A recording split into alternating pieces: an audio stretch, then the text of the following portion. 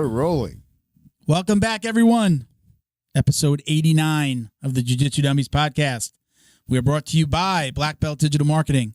Anything you need to build your business, website design, Google Ads, graphic design, they can help.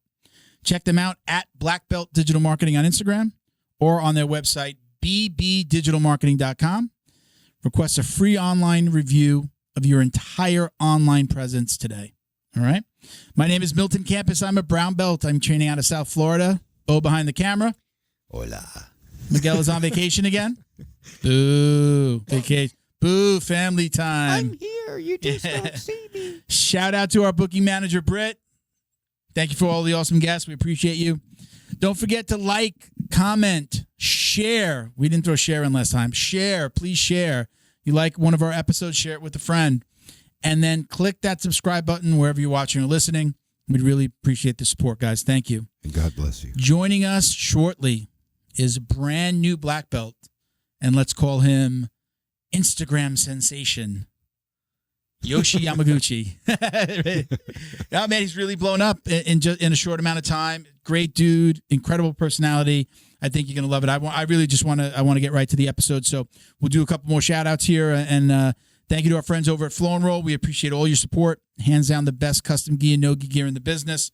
Don't believe us? Visit them on Instagram at flow_n_roll and check out all of their custom designs.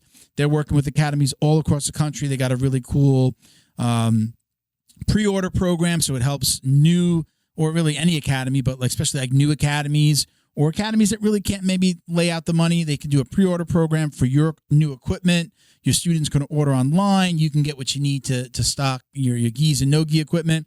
But it's kind of like a really, really inexpensive way of getting everything you need without a lot of money out of your pocket. And you still, it's like you'll still make the money from selling the gis because you still get your cut. So it's not like anybody's taking anything away from you. He's also running something really cool, Bo. He's got like I know it's like multiple, so it's like buy 25 gis or buy 50 gis and then get 50, 25, 50 free patches. So reach out to them directly for more details. But really cool stuff. Got great t-shirts online. I mean, we originally started working with him because of the t-shirts. Incredible designs. Love them. And then, it started to roll and, he's been with us for years now. You can find our podcast here on that website as well. All right, we're doing a podcast rash guard with them as well. We've just ordered some new keychains, so go check them out. Again, shirts. it's at flow_n_roll on IG, or visit their website at flowandroll.com. Buy our shirts. Again, code. Oh, I'm sorry. And did I use the code? No. See, no. Code JJD gets you 20% off your online order. So don't forget that. Okay. Thank you to the BJJ Box. Whoa. Thank you for your support. They're Jiu-Jitsu's favorite monthly subscription box. It's delivered to your door filled with premium Jiu-Jitsu and grappling apparel, equipment, supplements, supplies, snacks, power drinks, and a lot more. They find the best products in the world of Jiu-Jitsu and guarantee that every box is going to be worth more than the cost. All right, so everything that's in there is going to be well above the cost. I mean, we get one a month. It's, t-shirts and just cool jiu-jitsu recovery items. It's stuff that you probably wouldn't normally just get on your own. But I know one of my favorite things is that little spiky ball. I still use it to this day for the feet. So again, probably not something I would have bought. I get it in the box and now I'm a fan. Your feet love you. Code JJD10 gets you $10 off your first order. All right. So go check them out. Let them know the dummy sent you. And again, it's bjjbox.com. And let them know we sent you. Hold on, because awkward. The bjjbox.com. I'm saying I'm BJJ Box. We changed our outline, so I got to make sure that everything's right. So it's the bjjbox.com. And again, JJD10 for $10 off your first order. $10. All right. Shout out to Neutral Zone CBD. It's on the table as well. No matter if your aches or pains are coming from lifting weights at the gym, rolling on the mats, or just the daily grind of life, Neutral Zone has a product for you. Find your Neutral Zone by finding the best products for your pain wellness so you can continue your active lifestyle. Check them out at neutralzonecbd.com. It's code JJD. Will get you 25% off your online order. All right. You can check out their Instagram at MyNeutralZone. And if you're a frequent listener and you're going, wait a minute, that last week it was wipes and this. Yes, there is now NeutralZoneClean.com. By the time this comes out, we'll have launched their website with them. So last episode, you saw wipes and sprays and refills. They have 2 separate lines of products. So NeutralZoneCBD.com, obviously your CBD and wellness website. And then now we have NeutralZoneClean.com. And on the Clean site, you can use code JJD, and it gets you, I think we're doing 15% off your order. All right. So check both of them out. If you are buying anything from our sponsors, send your receipt, send a proof of purchase to us on Instagram at Jiu-Jitsu Dummies. Just DM it to us or send it to info@jujitsudummies.com. We'll put you in a pool. We've got some cool stuff coming with Flow and Roll. We're doing a rash guard. We're going to put everybody in a pool, and we're going to give you about, I think it's $250 worth of jiu-jitsu gear we're going to give away to one of our winners. We're going to go swimming in the pool. What's that? We're going to go swimming in the pool. What does that mean? We're going in the pool. Everybody in the pool. Oh. Sure. Sure, Bob. Everybody in the pool. All right, listen, let's dive right in. Let's get Yoshi in here. See, with the diving now. Let's do this. All right, everybody. Welcome, Yoshi. What's up? How are you, brother? Doing great. How are you? I'm doing good. I'm doing good. You are like the new guy on Instagram. Like, just like, hey, isn't that new guy that's always out? I see everywhere. Right?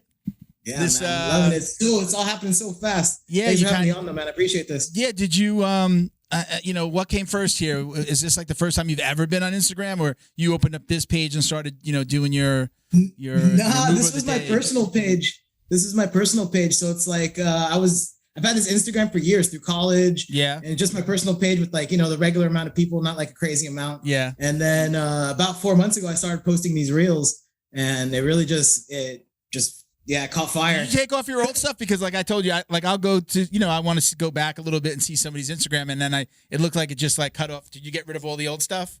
I archived a bunch of stuff. Old girlfriends. That was pretty stupid. That didn't need to be on the internet. Yeah. That's why I asked you yesterday. And I'm asking you now. I'm like, it seemed like you came out of nowhere, but you just got your black belt. Congratulations. Thank you. Tell everybody who you got your black belt from. Who doesn't know already? I got my black belt under Half Gracie. I'm part of the Half Gracie San Francisco team here in the headquarters. So really proud of that. That's an honor right there, and it's in and of itself, right? And did he give it to himself, right? I mean, so I was the only black belt for the day that was getting promoted. There's a bunch of other ones, browns, purples, blues. Was the only black belt that day. And he took off his own belt and he put it on me. I saw and that. It's kind of funny because the internet was like, oh, you got instantly stripes. And it's like, I'm not wearing that. Yeah, I got that's going on my wall. And, so what's the deal in a situation like that? You're not giving the belt. You don't give the belt back, right? It's not just like ceremonial. You get to keep that belt. I mean, Half gave me the belt, and then there was like an after party, like little thing we get together in the park after, and Half just went straight to that. So then I was just like, and then I guess. So I'm just holding it as like an honorary, as like a gift, as like okay, so you really get to keep it. So it is yours. Yeah. Okay. All right. You should, I want to let me know if you could show up at the gym with the belt on, with the stripes. Definitely not. And take a roll. See, have a roll or two and see what happens.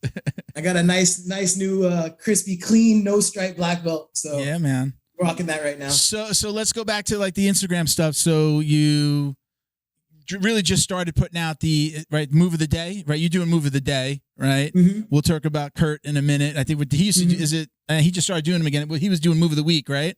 Yeah. You're doing move of the day. Tell us kind of, I mean, obviously, I would say I've got to guess that you were kind of influenced by Kurt Osiander, but tell us a little bit about this journey here and kind of, becoming Instagram famous in a very short amount of time. Just a little bit of back history.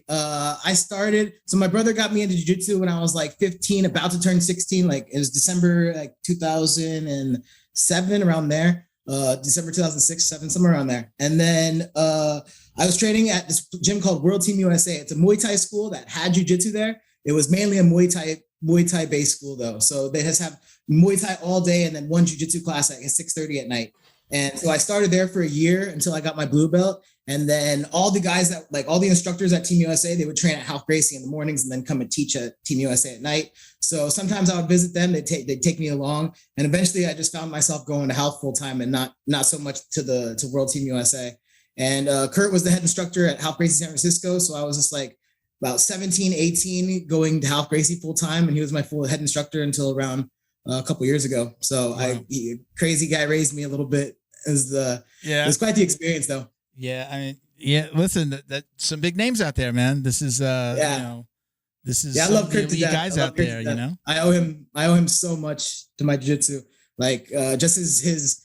It's pretty crazy because like other people, I've noticed like other classes I've taken, they'll show you a bunch of moves and they'll be like hundreds of techniques. But Kurt was like one of those guys that you're gonna focus on this one technique for like 20, 30 minutes. Yeah. And like really get down that technique. So I really appreciate that. And I try to implement that kind of like lifestyle and technique into my teachings as well. Yeah. Yeah. I saw that you did a video with him the other day, right? Well, you did a move of the day with him. So I think he's just started doing his move of the weeks again, right? I mean, he's had some, he's actually coming on in a couple of weeks, so we'll get to talk to him as well.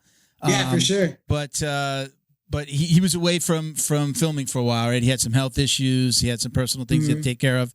And, you know, it's good to see him back out there again. And, you know, he's moving. I see him on the mat. He's moving, man. I love it. Yeah, that's really cool. So let's go back, though. So, you know, people that don't know, that don't follow you, that are just getting introduced to you now, which you got to be like living under a rock to not have seen your videos now.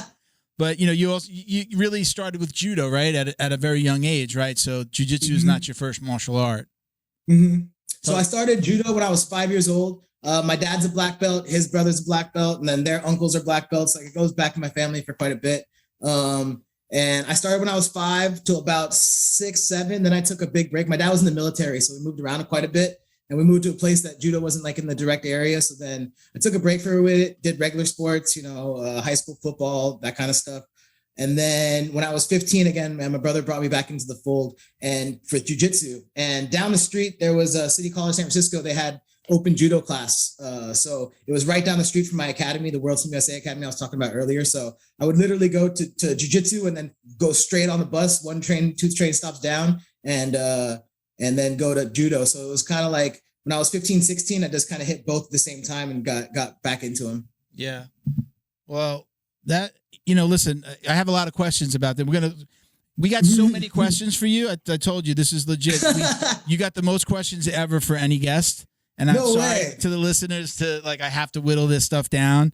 But we have a lot of questions here. And a lot of them do talk about about judo. Tell us how judo really played into your jiu-jitsu, right?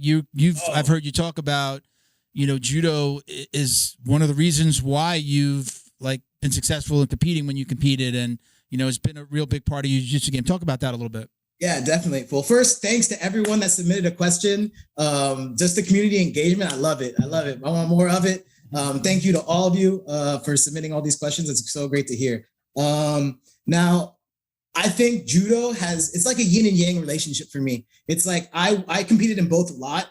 I feel like I won most of my jiu-jitsu fights because of my judo, and I won most of my judo fights because of my jiu-jitsu. It's kind of a weird thing, but like they both helped me in the other sports so much.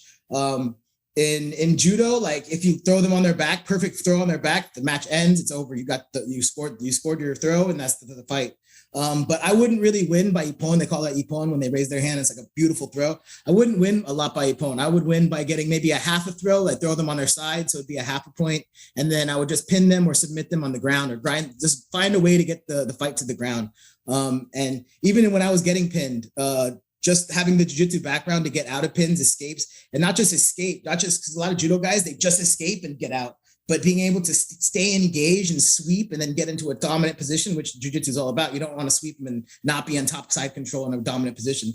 So like all that, like really helped the other sport. I feel like when it came to competition wise, it's like in my jiu-jitsu matches, either the guys would help me out because I'm a heavyweight. I was a lot heavier back then when I was competing too. So like I would grab the guy, and then if they knew I was a judo guy, they'd pull guard. And for heavyweights, most of the heavyweight fights are the guys just for like 6 minutes, and then one guy goes for a takedown, and then the refs kind of decide, well, who do you think got it? Like some of those matches, they can be standing the whole time because no one wants to give in. So having the judo background to throw them when I wanted to throw them. Like I'm a drop seoinage guy, so like I'm only 5'7", so when I'm fighting these super in the ultraweight division, they could be huge guys. One, like my center of gravity is super low, so my drop seoinage would be like nice for that.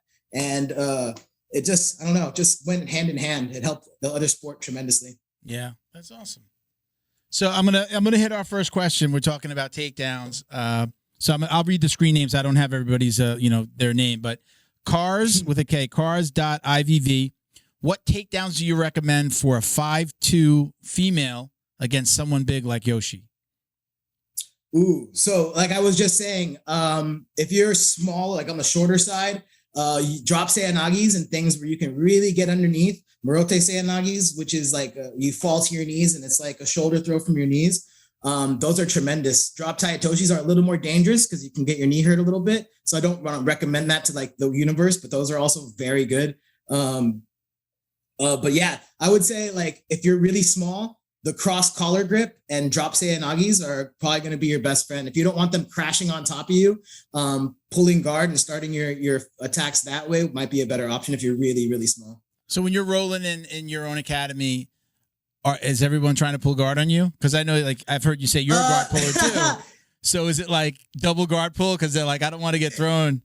It's funny. It's like I'll start from my knees unless they stand up, and then of course it's like, oh yeah, it's like a treat for me. Yeah. But it's like some guys want to work on that, and they're like, all right, let's see what happens when I fight a judo guy. Because I mean, jiu-jitsu, there's a lot of wrestling based stand up grappling, but there's not a lot of like there is judo, but I feel like there's not enough of like the mixture of the two, connecting like not just a wrestling move or not just a judo move, but using a judo move to set up a wrestling move, or using a wrestling move to set up a judo move. So like that fluidity, I feel like that is something that like I really try to emphasize when I like work with the guys. But a lot of the times they're just either, again, they pull guard immediately because they don't want to do it, or they want to work on that, so they're going to stand up with me.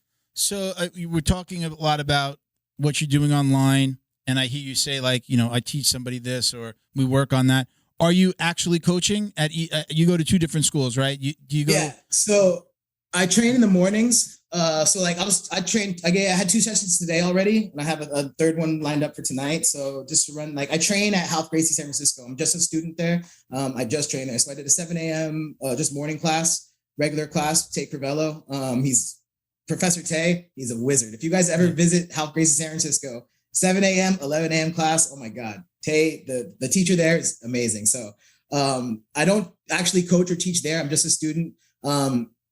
At night times, I usually train at the Cave Academy, and I'm not the main gi instructor, but I'm like the main backup. Like if the main guy can't show up for whatever reason, he has a full-time job as well. If anything happens, then I'm usually the number one backup. And I kind of like it that way, because then I get to still like work on my teachings and teach and stay in the mix, but I'm not obligated to be there like every night. So I get to like, if I want to go to San Jose and train, or if I want to go to Gracie double day at night, I can do that. So it's a nice little mixture. But I am the assistant coach for the University of San Francisco judo team. Okay. So I am a coach on the judo side, not so much for the jiu-jitsu, like a full-time thing, but that's only during the fall and spring semester, because it's a university thing. So we start on August 20th, and that's just like 3 months, and then we take a break again. So it's not full-time for the coaching for the judo. It's only during the semester. But for jiu-jitsu, it's kind of just like I'm the main sub at the Cave Academy. So with the college judo and teaching at the college, is it like kids that are taking a judo class for the first time, or is it like a team and they're competing, or is it like this is for credits for them? So the first two. So it's not an actual credit course. Okay.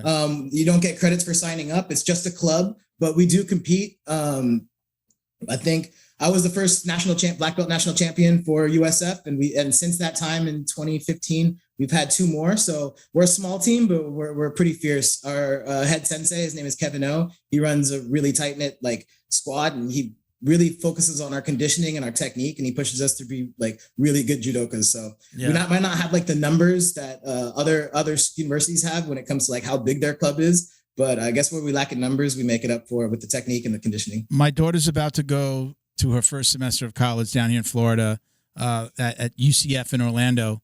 Nice. And Ricardo Laborio runs a jiu-jitsu, kind of like what you just said. It's a club. There's no credits involved, but he runs a club.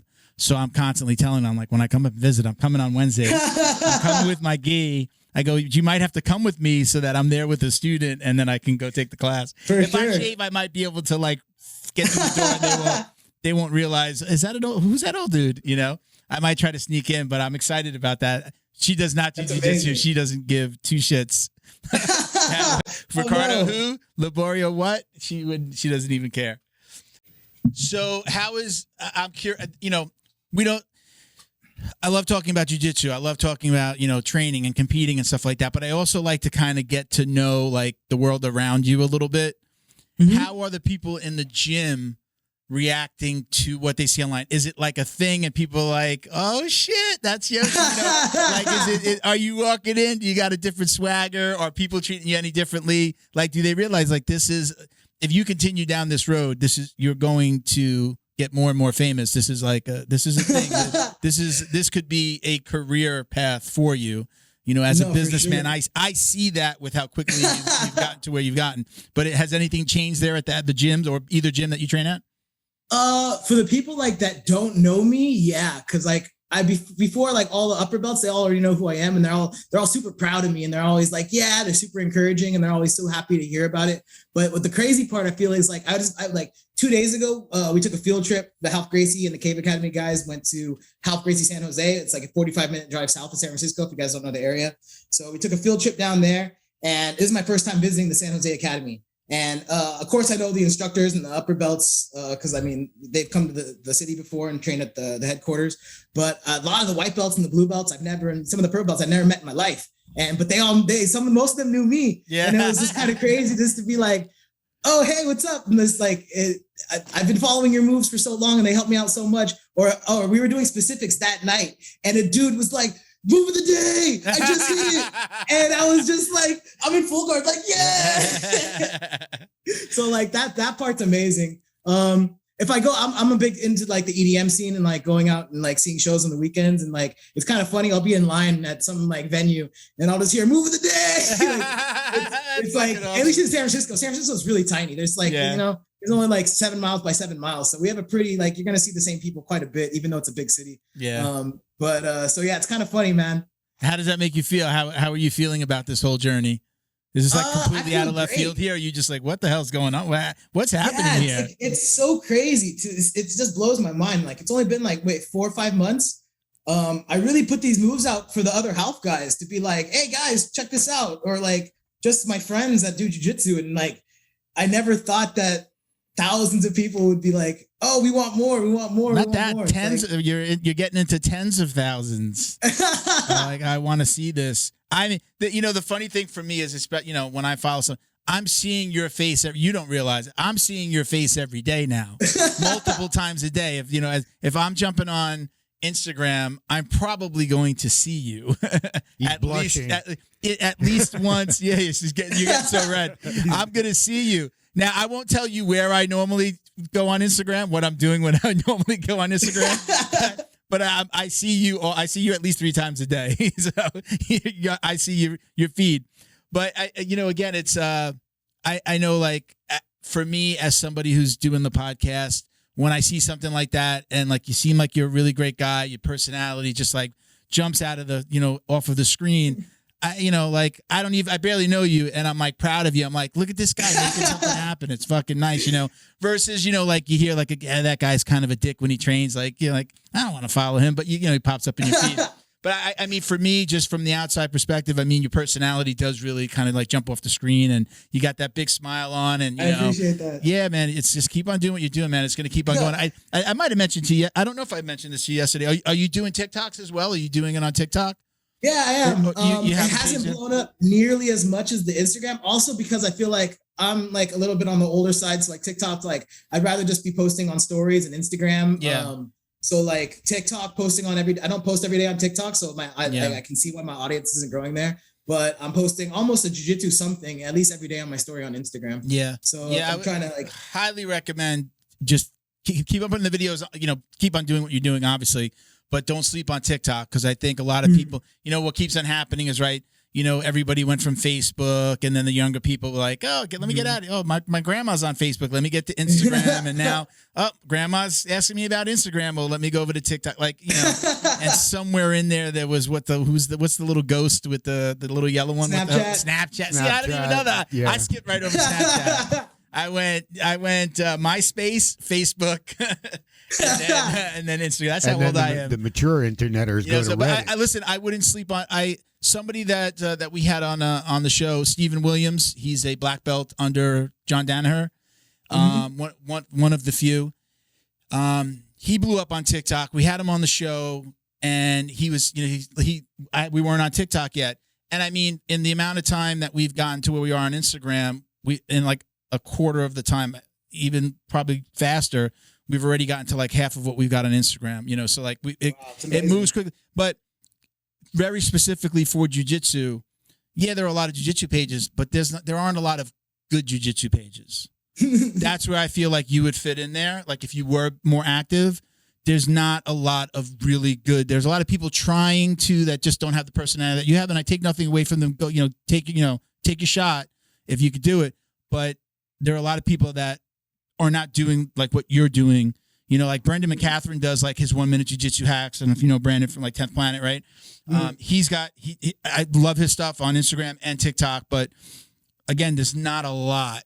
There's room for you, and I would just say don't sleep on that because I think I'm a big guy. I don't know. Like I'm thinking like I plan ahead. Like where are we going to be? And look, I was watching Gary V videos. I don't know if you know who Gary V is, right? Gary V videos forever, and he was like, "Get on TikTok," telling everybody to get on TikTok, and I'm like, "Oh, I'm not doing another one. That's for the kids, and I'm not going to do dances, and all that shit." And finally, we did it, and I think that it's made a little bit of a difference for us, and we gained on. So anyway, my advice just from an old man is, hey, I don't sleep on that. Like prepare yourself that more people are going to transition there, even though they kind of like Instagram kind of like stole the idea. Old guys let's are do on reels. there. Yeah, old guys are getting popular. Yeah, again, I think it's a good place for you. Just it's because you could put out the same content. I'm sure I can get 100 people. Yeah. Let's jump into another question. So, some of these like I always like I'll get the sense that they know you just the way that like they'll throw in something weird, like ask him this and ask him what his favorite hot dog meal, whatever. Like where does he like to get his French fries from? So okay, this one is Uday _ Senkaku. Again, I don't know if you're going to know people's handles, but heel hook in the gi, yay or nay? And then this is where I think that he might know you. And if not, how long have you been daisies? Is that something that you know? Does that make sense to you? I think he's just meaning because I'm a gi guy. I'm a pajama gang. Where you at? I'm mainly in the gi, like 95% of the time you're going to find me in the gi. Heel hooks in the gi, I'm going to say no. And why, if not, why are you guys daisies? Because I think he's just calling us like sissies for. Oh, is that what it is? I'm like, is it misspelled or does that actually mean something? I think he's just calling us gi guys sissies for not doing. Oh, like I have a feeling. I don't know who that handle doesn't sound familiar. I have a feeling he's a no gi guy. Let me see. Let's see if we get his name. We'll call him out. Let me see. I got his link. No. I am not a daisy, but I am beautiful. No. His name just says arm triangle instead of like the actual name. All right. So just by the way, right, if anybody sends us a question, they have a chance. They can, if they listen to the podcast and hear their question, hear their screen name, we'll send them a coffee mug or tea. We send them their choice of a podcast coffee mug or a podcast tea. So that's what they'll get. So they got to listen and they got to hear their question and then they got to send us a DM on Instagram. All right. So our next question is, let me see. S. Andrew Rogers. What does your big competition prep look like? About how many weeks out do you begin and what do you add on top of your normal training regimen? So my normal training regimen is actually pretty heavy. I like to do 2-a-days, like more than I should, I should take more rest days, but I'm doing like this week. It's already Thursday. I already did probably about 3 sessions, 2-a-days. I'm doing a 3-a-day today because I did morning session. I taught a private lesson, which is like a half a session during lunch.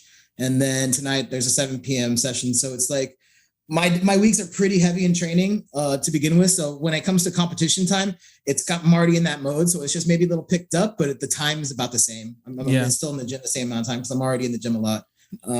Now, are you still competing right now? Because I know you've competed in the past. Are you competing now? I am not competing right now. Okay. My last tournament was like about a year before the pandemic kicked off. So it's been a while. I tore my knee. I rehabbed for a couple months, came back, tore right again, MCL both times. So thank you to Feito IT and AV, specializing in commercial and residential automation, security cameras, CCTV, POS, and more. Check them out at feitoitav.com or call 305-428-2515 and let them know the dummy sent you. Thank you to Neutral Zone CBD, a combat family-owned company that supports athletes and the people who love them. Neutral Zone strives to deliver clean CBD products for sports recovery in gummies, lotions, balms, roll-ons, and more. After a competition, a hard rolling session, or a tough day on the job, Neutral Zone has a product designed to help you reduce inflammation, increase cell rejuvenation, and may even help with aging joints. Visit NeutralZoneCBD.com and get 25% off your order with code JJD. And follow them on Instagram too, at MyNeutralZone. Jiu-Jitsu's favorite monthly subscription box has now joined the Jiu-Jitsu Dummies podcast. The BJJ box is delivered to your door filled with premium jiu-jitsu and grappling apparel, equipment, supplements, supplies, snacks, and more. The crew at the BJJ box find the best in the world of jiu-jitsu and guarantee every box to be worth more than the cost. Each box includes 4 to 7 items you're going to love. Visit thebjjbox.com and use code JJD10 to get $10 off your very first box. And give them a follow on Instagram at TheBJJBox. Special thank you to the crew over at Flow and Roll for all their support. Flow and Roll is renowned for their incredible no-gi rash guards, shorts, and leggings. Flow and Roll has quickly become the premier custom apparel provider for academies big and small throughout the United States. Reach out today to discuss your custom order and ask about their incredible pre-order program. You can send an email to flowandroll@gmail.com or visit their Instagram at flow_n_roll and shoot them a direct message. And yes, they can create an awesome custom gi for your academy as well. Visit flowandroll.com to check out their awesome designs, and while you're there, pick up a Jiu-Jitsu Dummy signature tee exclusively at flowandroll.com. And remember, you'll get 20% off your purchase of t-shirts, rash guards, or gis with code JJD.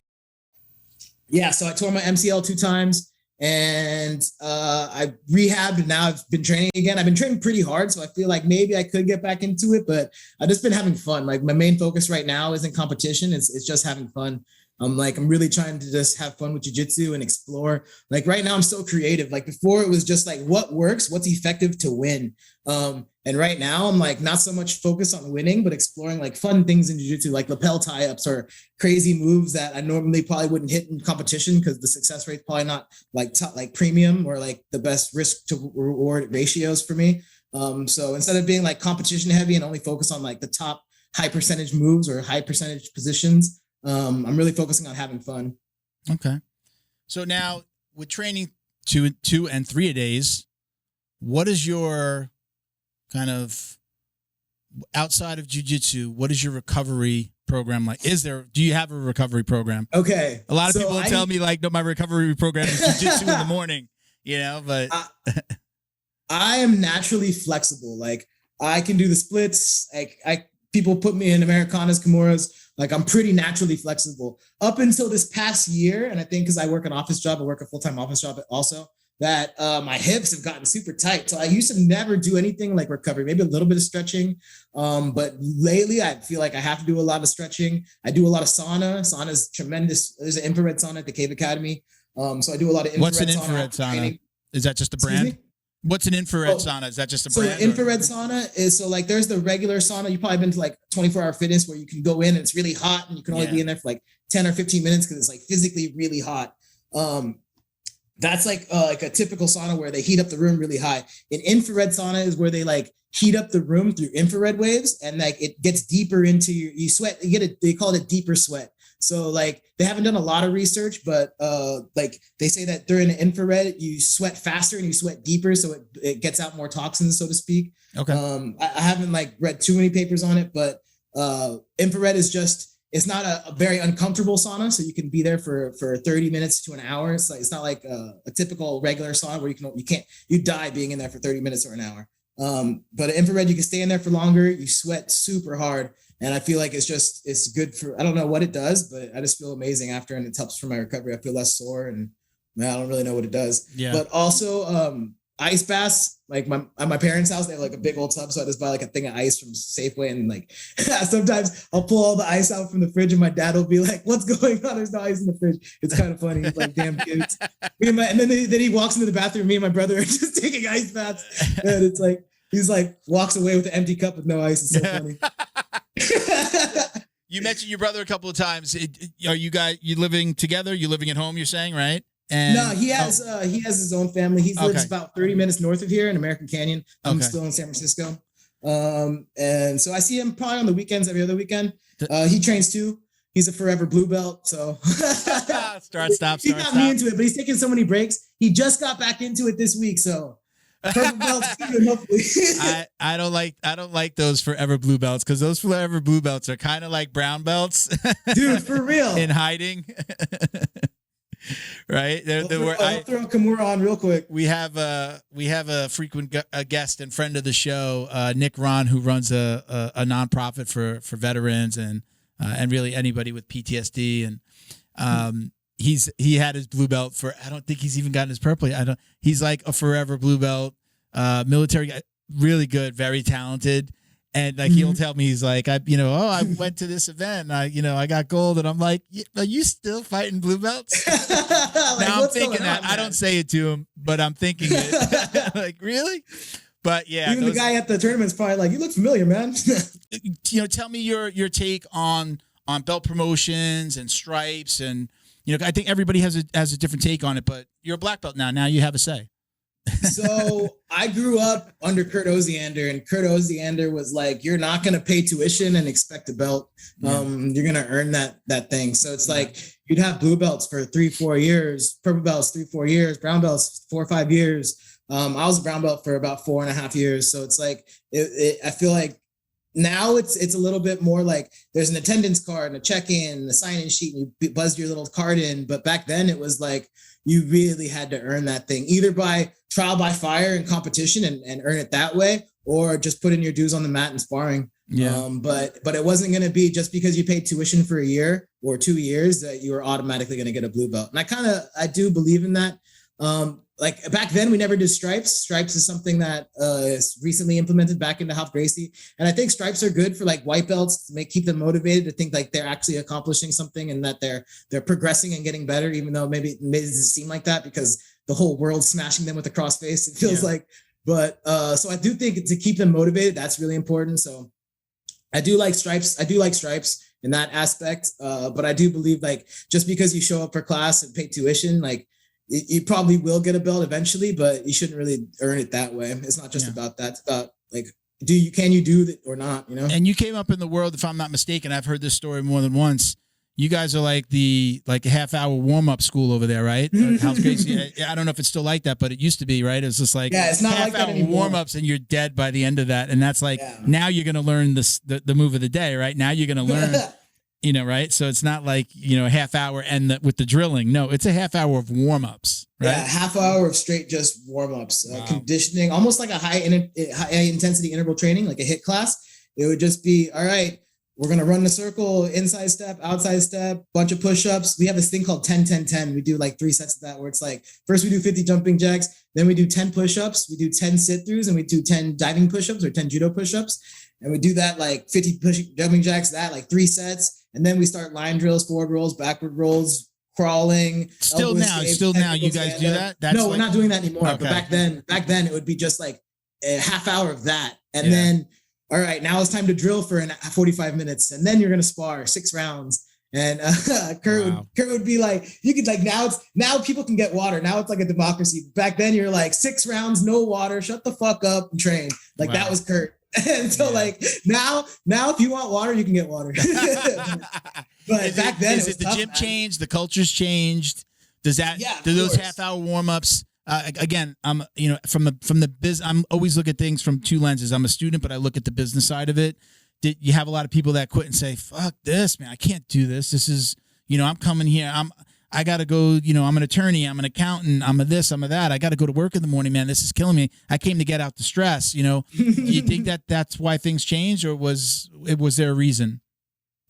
No, it was just Kurt left and Kurt ran those warm-ups. Okay, so it was Kurt there at the, yeah. Okay. That was like Kurt ran those warm-ups or had one of his people run those one of his upper belts. So it was kind of like on his orders what's going to happen with class. Okay. And then when he left, there was a big culture shift in the gym of how class was being taught and all that. But yeah I feel like I can't say maybe like there was before Kurt or like before my time at Half Gracie, it was different. But as soon as the day I got there, it was Kurt running the show. Yeah. Half would be there like occasionally to teach class or like take over the reins, but for the most part, day in and day out, I was seeing Kurt. So when you run your classes, what are you doing? Are you doing heavy warm-ups?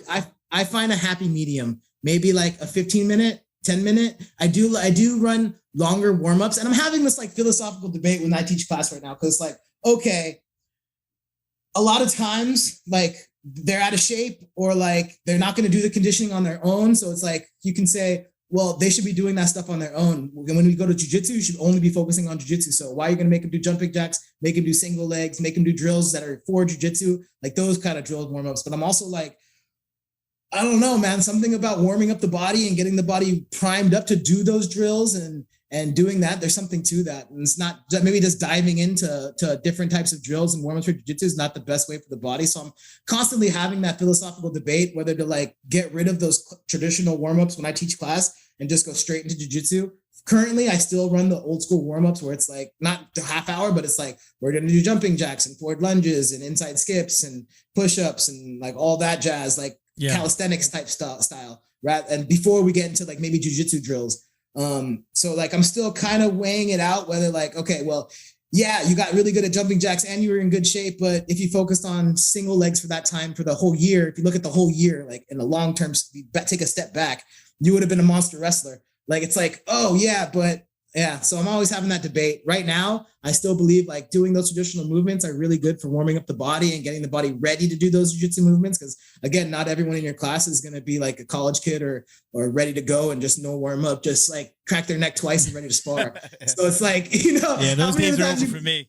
yeah, like I'm ready to go. Let's go. Let's do it. So it's like to get like some of the older guys, like get them ready because like maybe they just showed up or they didn't come early enough to get their stretches in, make sure they don't hurt themselves during class. So I was going to ask that was my next question is that, do you have old timers and youngsters? Is it competition class? Is it a mixture of everybody, hobbyists and somebody who might be competing next week, Yeah. So it's a mixture of everybody. At the university, I teach all university kids. Like there's a few graduates and a few staff, like maybe like very few handful. Mainly it's undergraduate students. So they're like in between, they could be 17 to 21, 22.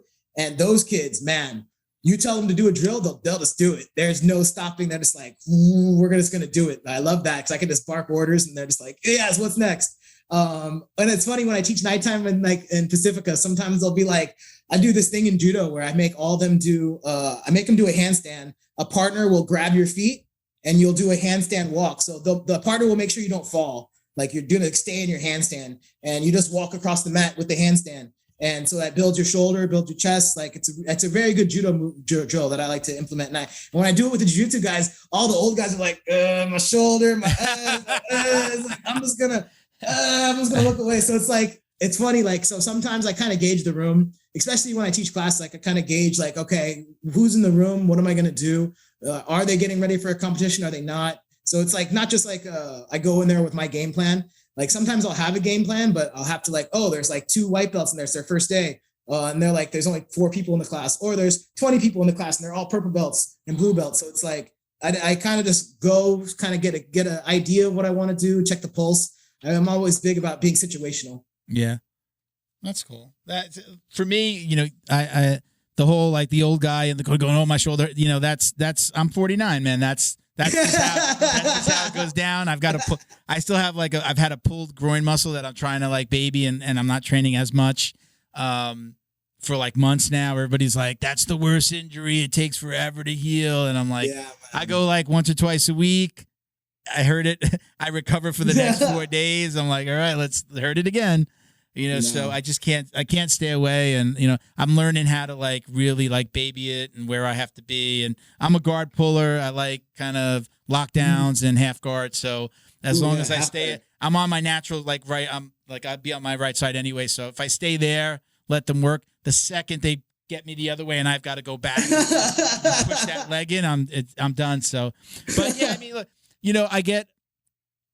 I always talk to people about, from the coaching side. I don't coach, but when I'm being coached, I do like when they kind of say, like, okay, these are white belts over here. Let's get somebody to work with them on the side. Like we may be showing a move of the day, but like these guys are not like their way. Like my school does like, we're doing like back takes right now and all different like ways to get to the back. Your partner's in turtle, you from guard, pass his guard, turn him over, take his back, right? We're going to do that for a month. We didn't always do it like that. And I love when my coach changed to that. Cause if I go to the school 3 times a week, it used to be like, it was the move of the week. It was the series of the week. Well, if I missed that week or I didn't get to train as much or even 3 days, and, he's open 7 days a week. Man, what did I miss? And when he started to extend it like that, I feel like he, like you said, gauged the room and realized, at least for my adults, a lot of my adults can only come from work, family, injuries. They're only coming 2 or 3 times a week. And it changed. And I think we all got better because of that. Because now we really are working on those. For 1 month, we're working on that series. Next month, it's going to be, triangles. Next month, it's going to be arm bars. But he also shows you like the beginner through the advanced versions of that. So you can kind of like start from like a more advanced position if you feel like, okay, listen, I'm a brown belt. I can start here versus doing the basics. So I do like when he does gear it to, like you said, I'll use your read the room, read the room. And I think he did. And he changed it at least again for the adults. My school, at least like the older guys, we're mostly hobbyists. But like a lot of those kids that came up through his kids program, which is we have a very They're turning into adults slowly. We have a very large kids program, probably the largest. I don't want to say the largest in South Florida, definitely in our area where we are. It's the biggest. There's nobody that has a jiu-jitsu. Like all the other schools are like one little storefront. We're like 4 or 5 storefronts. Like it's huge. And where do you train? I train. It's the old Fight Sport. Everybody knows Fight Sports. So it's the old Fight Sports in Coral Springs, not Miami. But we're filming down in Miami. But this is Fight Sports up in Coral Springs. It's now called Jiu-Jitsu for Life. When all the craziness happened around Fight Sports, and if you know what's happened recently, the coach definitely stepped away, renamed the school, dropped the affiliation, and was glad to see that. And so we're Jiu-Jitsu for Life now. It's still the same school. Every once in a while, somebody walks in with a fight. Nobody's like, get that Fight Sport. Nobody. It's not like that. Like, nobody's like, burn them. It wasn't like that. It was like, let's transition to, going on its own. But again, the school is again, one of the biggest kids programs, but those kids are graduating from those kids programs, man. And like, these 16-year-old boys, right, are coming through. They got a blue belt. They've been training longer than me. They've been training with him longer than I have. And it's like these kids, they're monsters, man. And funny enough, like we've had situations where a lot of the older, like there's one kid in particular, I'm not going to say his name. I believe he listens to a lot of the podcasts. I know, his family, other people in his family train. And people were like, he's a beast. Like 16, 17 years old. He's a man. He's got facial hair now. He's got freaking muscles. He's a purple belt now. And people were just not training with him. Like people were avoiding him. And now, and I was one of them. I'm like, he's a beast. He's now, like I rolled with him after I pulled my muscle, my groin muscle. And I actually told him, said, listen, dude, I'm going to roll. I'm hurt. Let's do a flow roll. And it was still a tough roll. It wasn't really a flow roll, but he respected that. And now I'm like not worried about rolling with him. If I'm hurt, I'm going to tell him. And I do tell most partners like, hey, I'm hurt. Yeah. Usually if they're like purple and above, I'm going to tell them I'm hurt. If they're purple and below, and I know it's like, okay, he's not going to give me that much trouble anyway, then I'm going to I won't even say anything. But most people know, like they've seen that I'm not coming as much and they'll ask. But, I do, look, I again, going back, I do like when the coach kind of understands what I'm going through. And I feel like sometimes I've been there or there's been more old timers and he makes the warm-ups a lot shorter. You know? I'm like, the warm-ups weren't this short on Monday. What's going on here? Should I always come on Tuesday when they're not as bad? Or is it, did you tone it down because I'm here? So you dap up all the old guys like, nice. Yes. Nice. I would say one thing, I stretch before I leave the house now because we do warm-ups, but I can remember way back, this is years ago, I hurt my lower back doing the warm-ups when I hadn't stretched. And we used to do like a really good stretching program. We kind of got away from that. And it's just like warm-ups, drilling.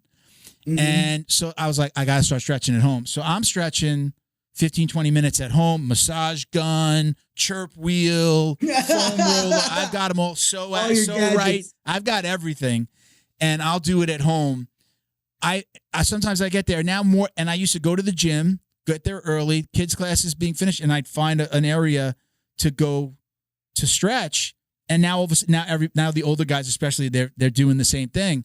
But I'm stretching at home, and then I'm getting there and stretching as long as I can before the mat, not bullshitting in the corner. Yeah. But what's your take on that? This kind of goes hand in hand with kind of your jiu-jitsu, and the way you take care of yourself doesn't just start when you walk through the door. Like you need to be learning on your own. You need to be stretching on your own, right? You do recovery on your own. Talk about that a little bit. Like, how does that, when you're talking to people and giving them advice on jiu-jitsu, are you talking about those things? Do people ask you those kind of questions? No, so much more. It's more just like the actual technique. I kind of focus on that. But the jiu-jitsu lifestyle is more than just learning some techniques. Like I feel like the jiu-jitsu lifestyle is like a healthy lifestyle, making sure like you're eating right, you're stretching, you're keeping your body limber and healthy. Like I do yoga, not as much as I should, but I got about 5 classes at a time and just kind of hop in whenever I can. I feel like those types of things where it's like just stretching and all that is going to help your longevity in jiu-jitsu. Because it's not about like, maybe it's like, oh yeah, you're not going to be flexible or you're not going to do the splits, but you're going to be able to train for a lot more years if you do these couple things a week. So I feel like it's mainly just looking out long. Like I want to do jiu-jitsu for as long as possible, So it's like longevity wise. And like, I'm a pretty busy guy. So it's like, I work full time. I'm a graduate student in a doctoral program. I'm doing the jiu-jitsu thing. It's like, sometimes I don't have enough time to do it. And I do get hurt that way because I didn't stretch enough or I didn't make it, but I'm trying to balance all these different things. And I wish I could like just pause time to be like, pause, don't start class yet. Let me get some of these. Be like, it does not work like that. How old are you, Yoshi? I don't think we asked. I don't think you mentioned. I'm 31. Oh, you're 31. Man, I would have said you were in your 20s easily. Right? Thank you. And what, if you don't mind me asking, you said you're in a doctoral program. What are you doing? Yeah, so I'm a student at USF, the University of San Francisco. I graduated with my master's in organization and leadership studies last year. So I'm doing the same program, but just the doctoral program. I haven't started yet. It starts August 20th. So I'm just getting ready for that, like getting everything lined up for that. It's pretty cool because like even my master's, like I wrote a 60-page thesis and I got to write it on judo. I learned about leadership acquisition in collegiate athletes. So I interviewed just the people that fought on the collegiate circuit, the collegiate judo circuit for USF, interviewed all of them and how that helped them with different aspects of their life, kind of left it open-ended so that they can tell me how it affected them. And yeah, it was amazing. I got to like mix my academics with my passion, and I'm going to probably do the same thing with my doctorate, but I'm going to switch it towards jiu-jitsu this time. I'm going to focus my research on jiu-jitsu. And ultimately, what do you want to do with that degree? Where do you see yourself? So it's a good question.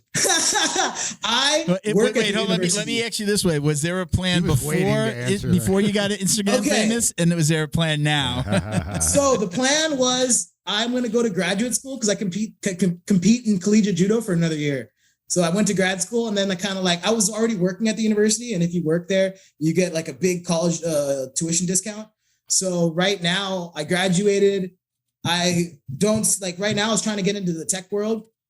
But right now, the Bay Area job market for tech is actually not so good. So I decided to go back to school until I figure out maybe I'll stop school or continue school and then enter tech. But for now, since I'm working at the university and I get a pretty heavy discount on school, I don't want to waste time. So if I'm working there, I'm going to be going to school. Yeah. So do you feel like, is that going to take away from your training at all? Is that a worry? Probably, but I'm going to be a fucking doctor. So yeah. legit really carry. Well, what would you use, professor or doctor? I don't know. I can't wait to be like on an airplane to be like, is there a doctor here? And I'm gonna be like, well, actually, More or and they're less. gonna be like, get out of here. Yeah. Are the youngsters calling you professor? Do they call you professor It's funny, now? man. Like you got it? the youngsters, like on Instagram, people are starting to call me professor, and I'm like, yo, isn't that like when you get your third stripe or something? Like, yo, chill. I don't know. I know for guys in my gym, I hear people. I don't call the guys that I've come up with or trained with. I don't call anybody professor when they've gotten that black belt. Not because I'm being disrespectful. It's still, Junior, Andres. It's still like they're just my buddies. I would feel weird, but I definitely like it's nice to see when the kids ask them. When lower belts will say, "Hey, professor, can you show me this?" I was like, "Yeah, man, I can't wait for that." I can wait for the belt, but that's going to just be a really cool thing. Now, my wife is going to give me so much shit if she hears anybody call me professor. Really? I can't get him to pick up his underwear off the floor. You're calling him professor. Professor of what? That's hilarious. It's funny though, because like jiu-jitsu is like so like laid back. I feel like in judo, like my sensei is sensei. Yeah. No matter what, that's sensei. Yeah. Mr. Sensei on a formal day. Sensei. I have seen I think I saw sensei dropped in some of the questions and some of the comments, right? Like do people call you sensei when you're training judo? At the USF, I have them call me coach because I feel like sensei, like again, that's that formality in judo is so heavy. Like it's like there's one sensei and that's that guy. That's not me. Okay. Kevin, like for me, Kevin O, like that's sensei. So I'm the assistant coach, so I let them call me coach. Yeah. Or Yoshi. I'm pretty fluid with them. Pretty open. Like I'm not like, oh, but for me, it's like I have to be like, okay, sensei. That's sensei. But in jiu-jitsu, even when I see Half, it's like Uncle Half or some shit, some crazy shit. Like, what's up, bro?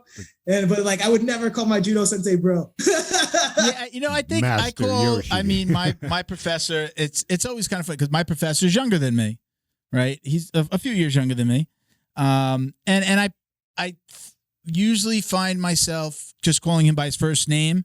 The second we get off the mat, it's Felipe, but when I'm on the mat, if I'm in front of younger people or if like I really want to get his attention, like I think I catch myself saying professor, not coach so much, but I think there's just like sometimes I forget like, oh shit, I'm the older guy. Like I'm looking up to this guy. He's taught me jiu-jitsu since I was a blue belt. I got to school when I was a blue belt already.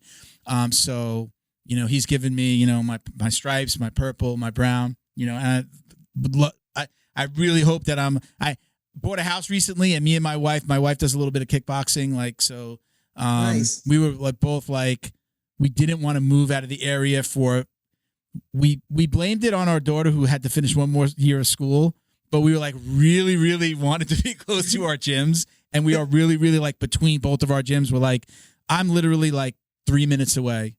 And she's awesome. Like maybe a 10-minute drive with lights. I'm 3 minutes if I hit the light, so I'm really close. And I used to live behind the school. I bought a house, but I was in a townhouse. When I was behind the school, it was less than 1 minute drive from where I was to the school. Literally, I'd get in the car. I've timed it. It was less than a minute to get there. Less than a minute. No excuse to miss in traffic.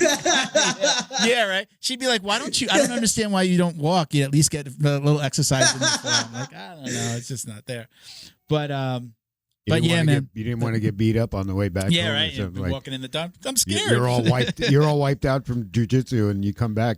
It's your most vulnerable moment. So let's get into these two. We kind of touched on maybe one or two of these things, but let's talk about cool.half.luke. That's his handle. Is it better for a newcomer to work on their bottom game or top game?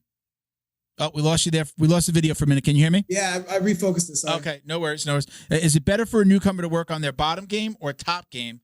What's your philosophy and why? So a newcomer, like brand new in jiu-jitsu, should work from the bottom up. I used to like show them something cool when I was first like kind of like a little immature in jiu-jitsu. I would show them something cool like, oh, here's an armbar or Americana, like check this out, like to get them like fascinated about it, like, oh, I have the power. Mm-hmm. But like nowadays, like I would realize like I'd watch them spar and they would only go for that one submission that they knew, and they would leave themselves vulnerable to like every single attack possible because they were just gunning for that one thing. So like now I'm like, if you're a newbie, like really focus on escapes. Because then whenever you're in that position, even if you gun for that one escape, it's going to be way better than just trying to do an armbar from every position possible. So like really focus on your back, getting comfortable with escapes, getting from out of side controls back into half guard, and like focus maybe not so much on these big escapes like, oh, I busted out of side control, like side control back to half guard back to full guard to half guard to taking the back. Like little transitions I think are really important. So focus not so much on these big cool like moves, but like focus on escapes and transitions into different positions like as your basis. And then once you have a solid foundation of, okay, I know all the positions, I know how to fluidly transition in between all the positions, and I'm comfortable with that, then we can like do like crazier sweeps and submissions. And then I feel more comfortable doing that. Like before it was like, I want them their first day of jiu-jitsu, they have to walk away like, oh, I know I can fuck someone up almost. Like that's cool. I want to come back.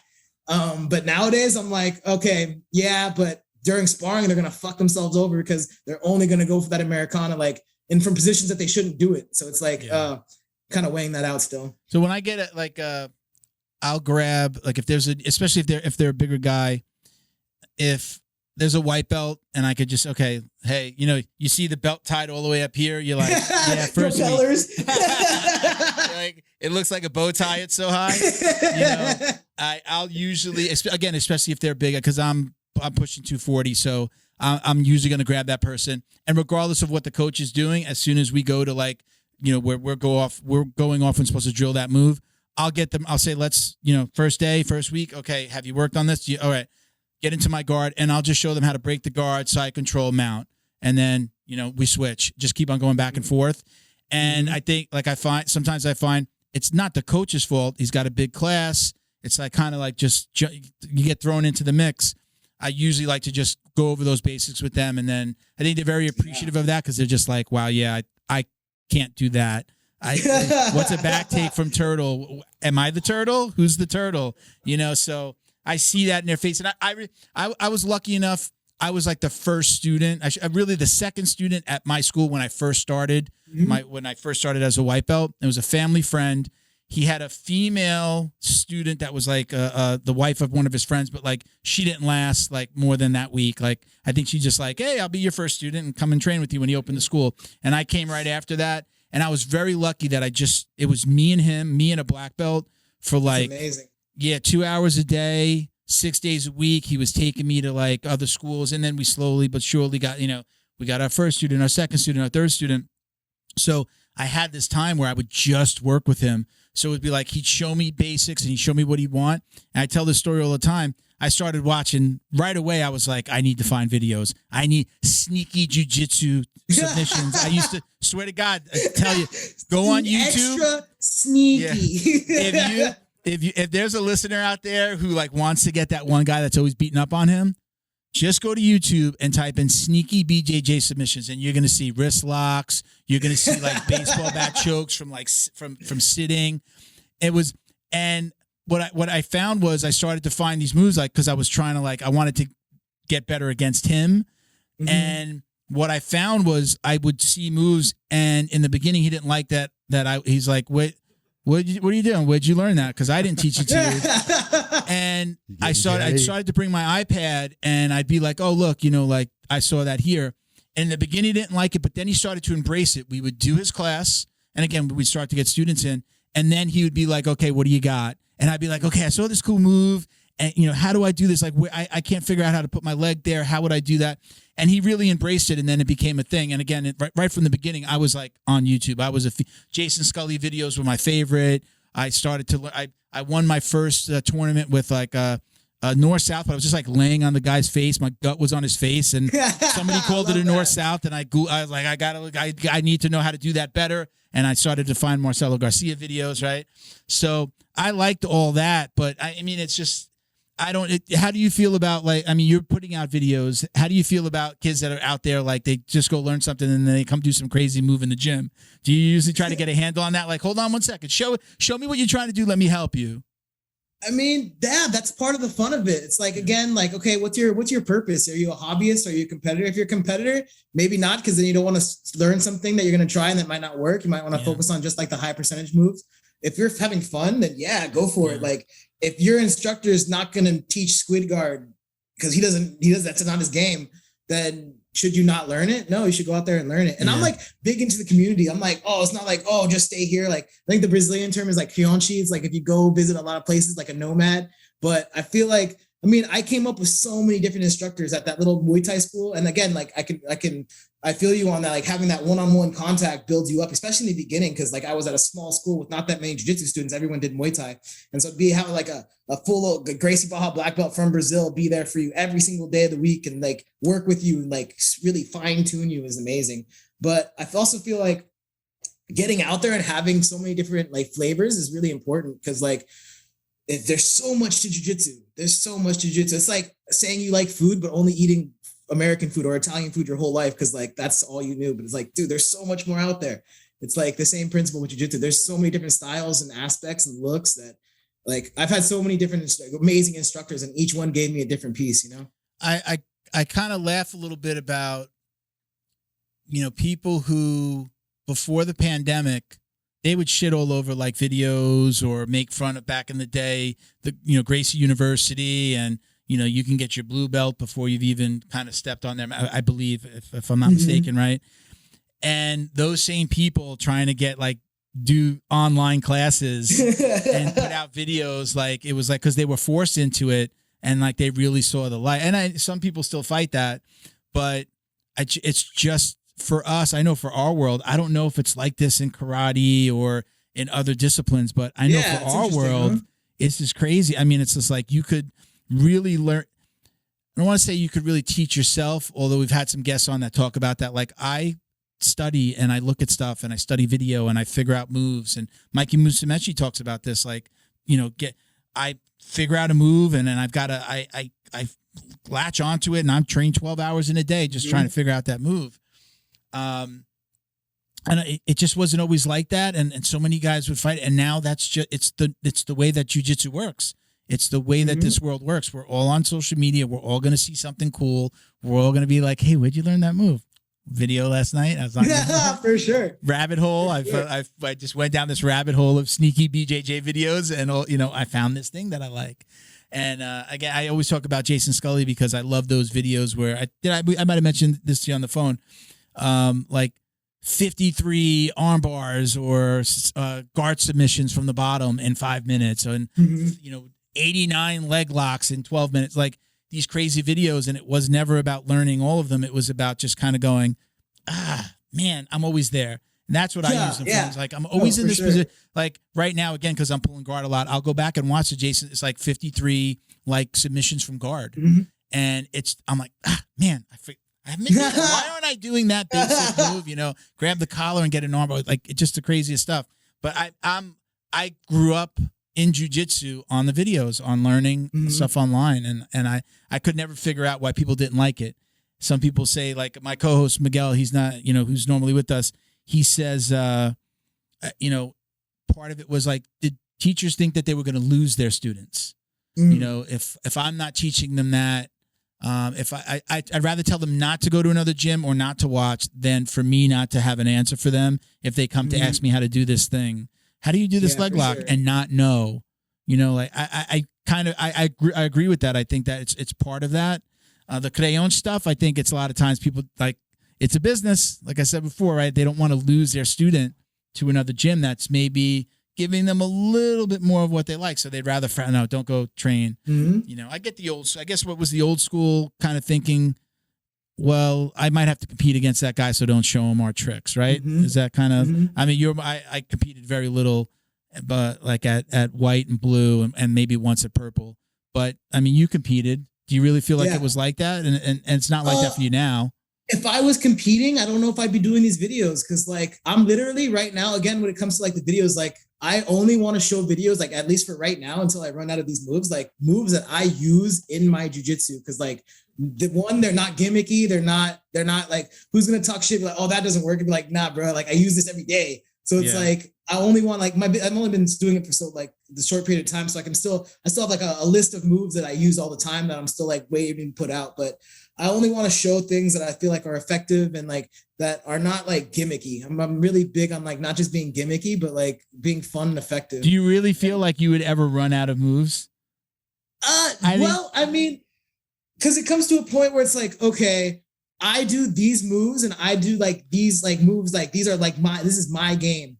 And then, I mean, after like a couple hundred, you're probably going to be like, okay, well, I got to start studying and start finding new games. And like, I don't know, it hasn't hit yet, but I'm there's going to be a time where it's like, I've exhausted all the moves that I use on my day to day. But hopefully by the time I get there, I've collected like 20, 30 more moves. That's where I was. And it keeps going. I was going to say that. I'm like, you're also a student, right? I heard your acceptance or when you spoke on the mic, when you got your black belt, like you're like, this is day one.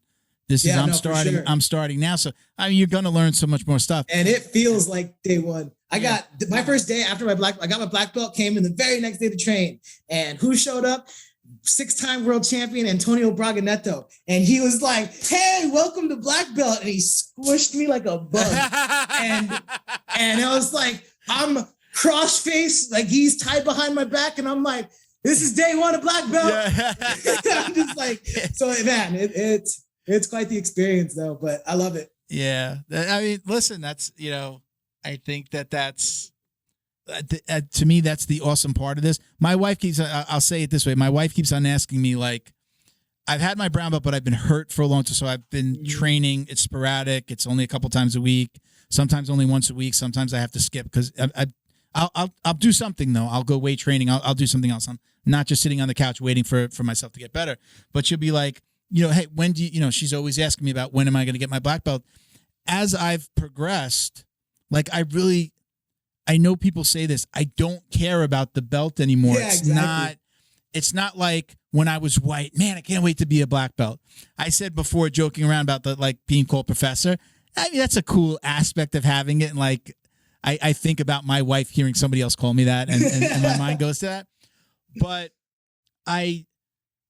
it's not about that anymore. And I think for me at a certain level, it's like my style of jiu-jitsu is my style of jiu-jitsu. I've been big. I've always been big. I've always been like more of a smash and pass. And for me now, it's like, it's about finding the little details to make the things that I know better. I'm not flexible. I don't like being stacked. Big guys don't normally like being stacked, so like, there's just certain things that I know that I'm not going to get myself into. I love the north-south and I love the lockdown. Those are my go-tos. My coach would be like, I love lockdown. Yeah, Mel, doing a north-south on the white belt again, huh? But I really feel like I perfect that. I really just keep on doing it and remember something small and little transitions. But I feel like my game is my game and I'm looking for just the details. It's why I like your stuff. I go, I'm like, oh, wow, man, I forgot about that. Either you reminded me of a move I didn't know about, or I'm like, oh, I don't do that because I never finish it. Mm-hmm. And then I'm like, oh, that's a good way to look at it, So I like it that way. But again, it's like the black belt will happen when it's going to happen. But I actually now understand, like when I had friends that were like white belts becoming blue belts, they were like, oh my God, I'm nervous. I'm up for my blue belt. Like, and I would be like, don't worry about it. You don't have to know everything that you're supposed to know at blue, right? That's the first day of blue belt, right? You've just graduated from white, And now I'm just like the same way. I'm just like, man, I don't want it for years. I don't feel like I'm ready for that. I don't feel like I'm deserving of it. I feel like I don't want the expectations that go along with it yet. I'm not ready, but it doesn't matter if I'm ready. It's going to be when the coach is ready. And I'm still years away from it, but I just got my brown belt this year. So, pandemic blew out my knee.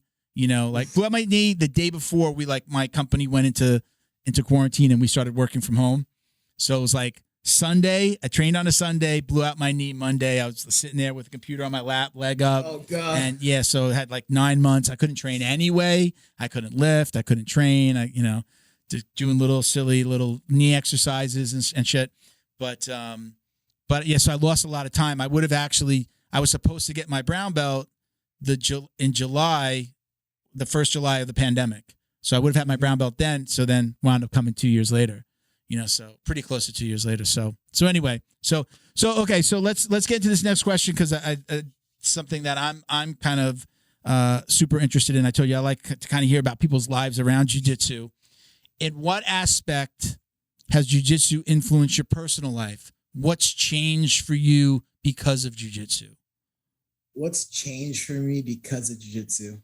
There's so many ways to attack that question. Like, what's changed for me? I feel like jiu-jitsu has, of course, like the basic generic cliche shit, like, oh, I can handle stress better and I'm not worried because if someone's trying to kill you, like literally like simulate your death via strangulation, then that report that your boss wants isn't actually that bad. Like that type of shit, that's like super basic and generic. I think like really it's just given me like a work ethic like no other, because jiu-jitsu is one of those things that has severe physical consequences if you don't practice your shit. Like you can be as theoretical as you want. If you don't actually go out there and drill and put it into practice, then you're going to get fucked up. And so it's one of those things that's like, okay, if you're not good at it, you're going to have severe physical consequence. So I feel like just the tenacity and grit that it gives you to work, even with things that don't have physical consequences, like it just gives you like the different type of tenacity and grit to go after it. And I think that's not just jiu-jitsu. I think that's mainly competition. I feel like jiu-jitsu competition is something else completely. And that has probably given me a lot more than I would just say maybe even jiu-jitsu in general, just because like my life was so competition based when I was growing up, and it just gave me like this drive and this tenacity that like, I don't know where it came from or how it happened, but I'm just so thankful that it's there, that it exists, like this switch that I can turn. Yeah. I like to call for jiu-jitsu for me, I like to call it the quiet confidence, because I was a big mouth. Friends would always like to get into fights. This is before I moved to Florida. When I was in New York, we were like troublemakers.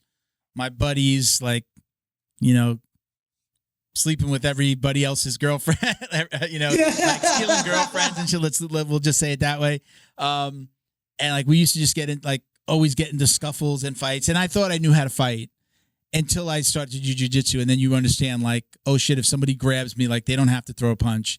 They could fuck me up just for so that quiet confidence of, number one, realizing that quickly and going, I need to keep my mouth shut. I need to like not be an asshole and just think like jiu-jitsu kind of weeds out a lot of the assholes as it is.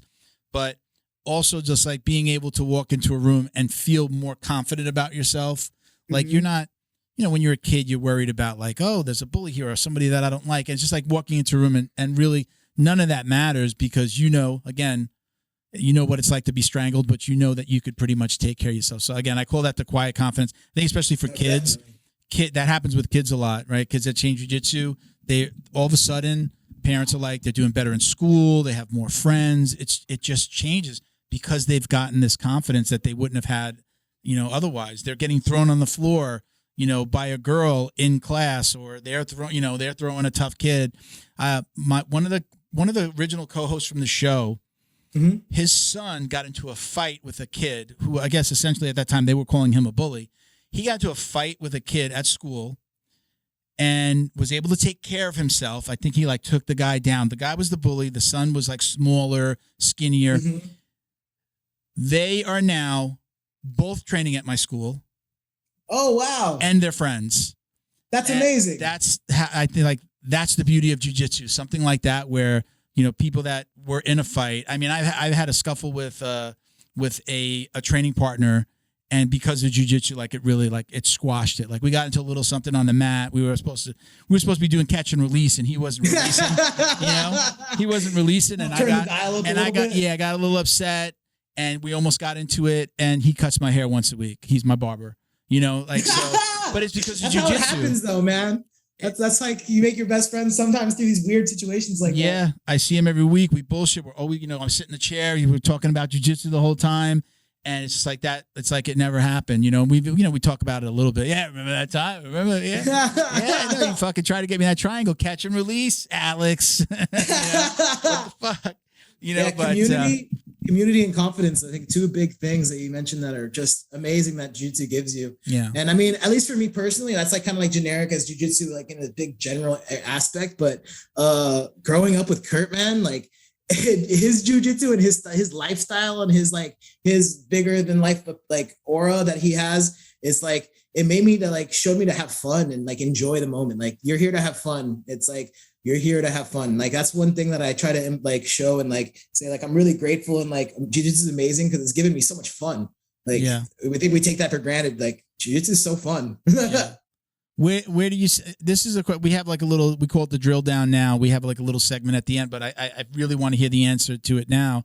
Is where do you see yourself in the future? 5 years, 10 years. You're going to school and then jiu-jitsu. Like, do you see a vision? Is there a plan, or is it just like I'm just going to keep on taking one foot in front of the other, or is there ultimately like a plan for all this craziness that's going on? I'm trying to figure out a plan. I'm definitely brainstorming. I'm like always one of those guys that like, what's next? What's next on the horizon? It's like I can't keep still. It's like why I even did a grad program because I just don't want to sit still. But yeah, I see myself. I want to do seminars. I want to travel more. I want to travel more with jiu-jitsu. I want to do some seminars. Maybe get some like some t-shirts made just for the community. I feel like I have a lot of like community engagement, and I do some giveaways with like to help Gracie's apparel, but maybe to have like some like make some apparel for them, for the community. That's something that's like on my horizon. But for now, I just want to put up a jiu-jitsu video once a week on the internet and show people how to fuck people up. We talked about it a lot on the show where people will say, hey man, I'm going to do a podcast. I give advice on podcasting all the time. I have people that reach out to me that I don't know, they're strangers, and we wind up talk on the phone, and I'll tell them exactly what I did and how I did things and how we became successful at this. But I've always joked about whenever anybody asks me about a podcast, the first thing I say is don't do a podcast, because it really, if you want to do it right, it's expensive.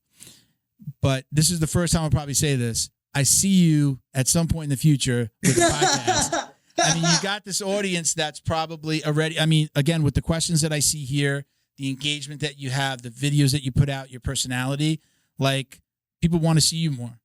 I could tell that from the amount of questions we got. I've had famous people that haven't even gotten this many, even close to this, maybe less than like a tenth of the questions that you got. And I cut out questions. We're not asking every question.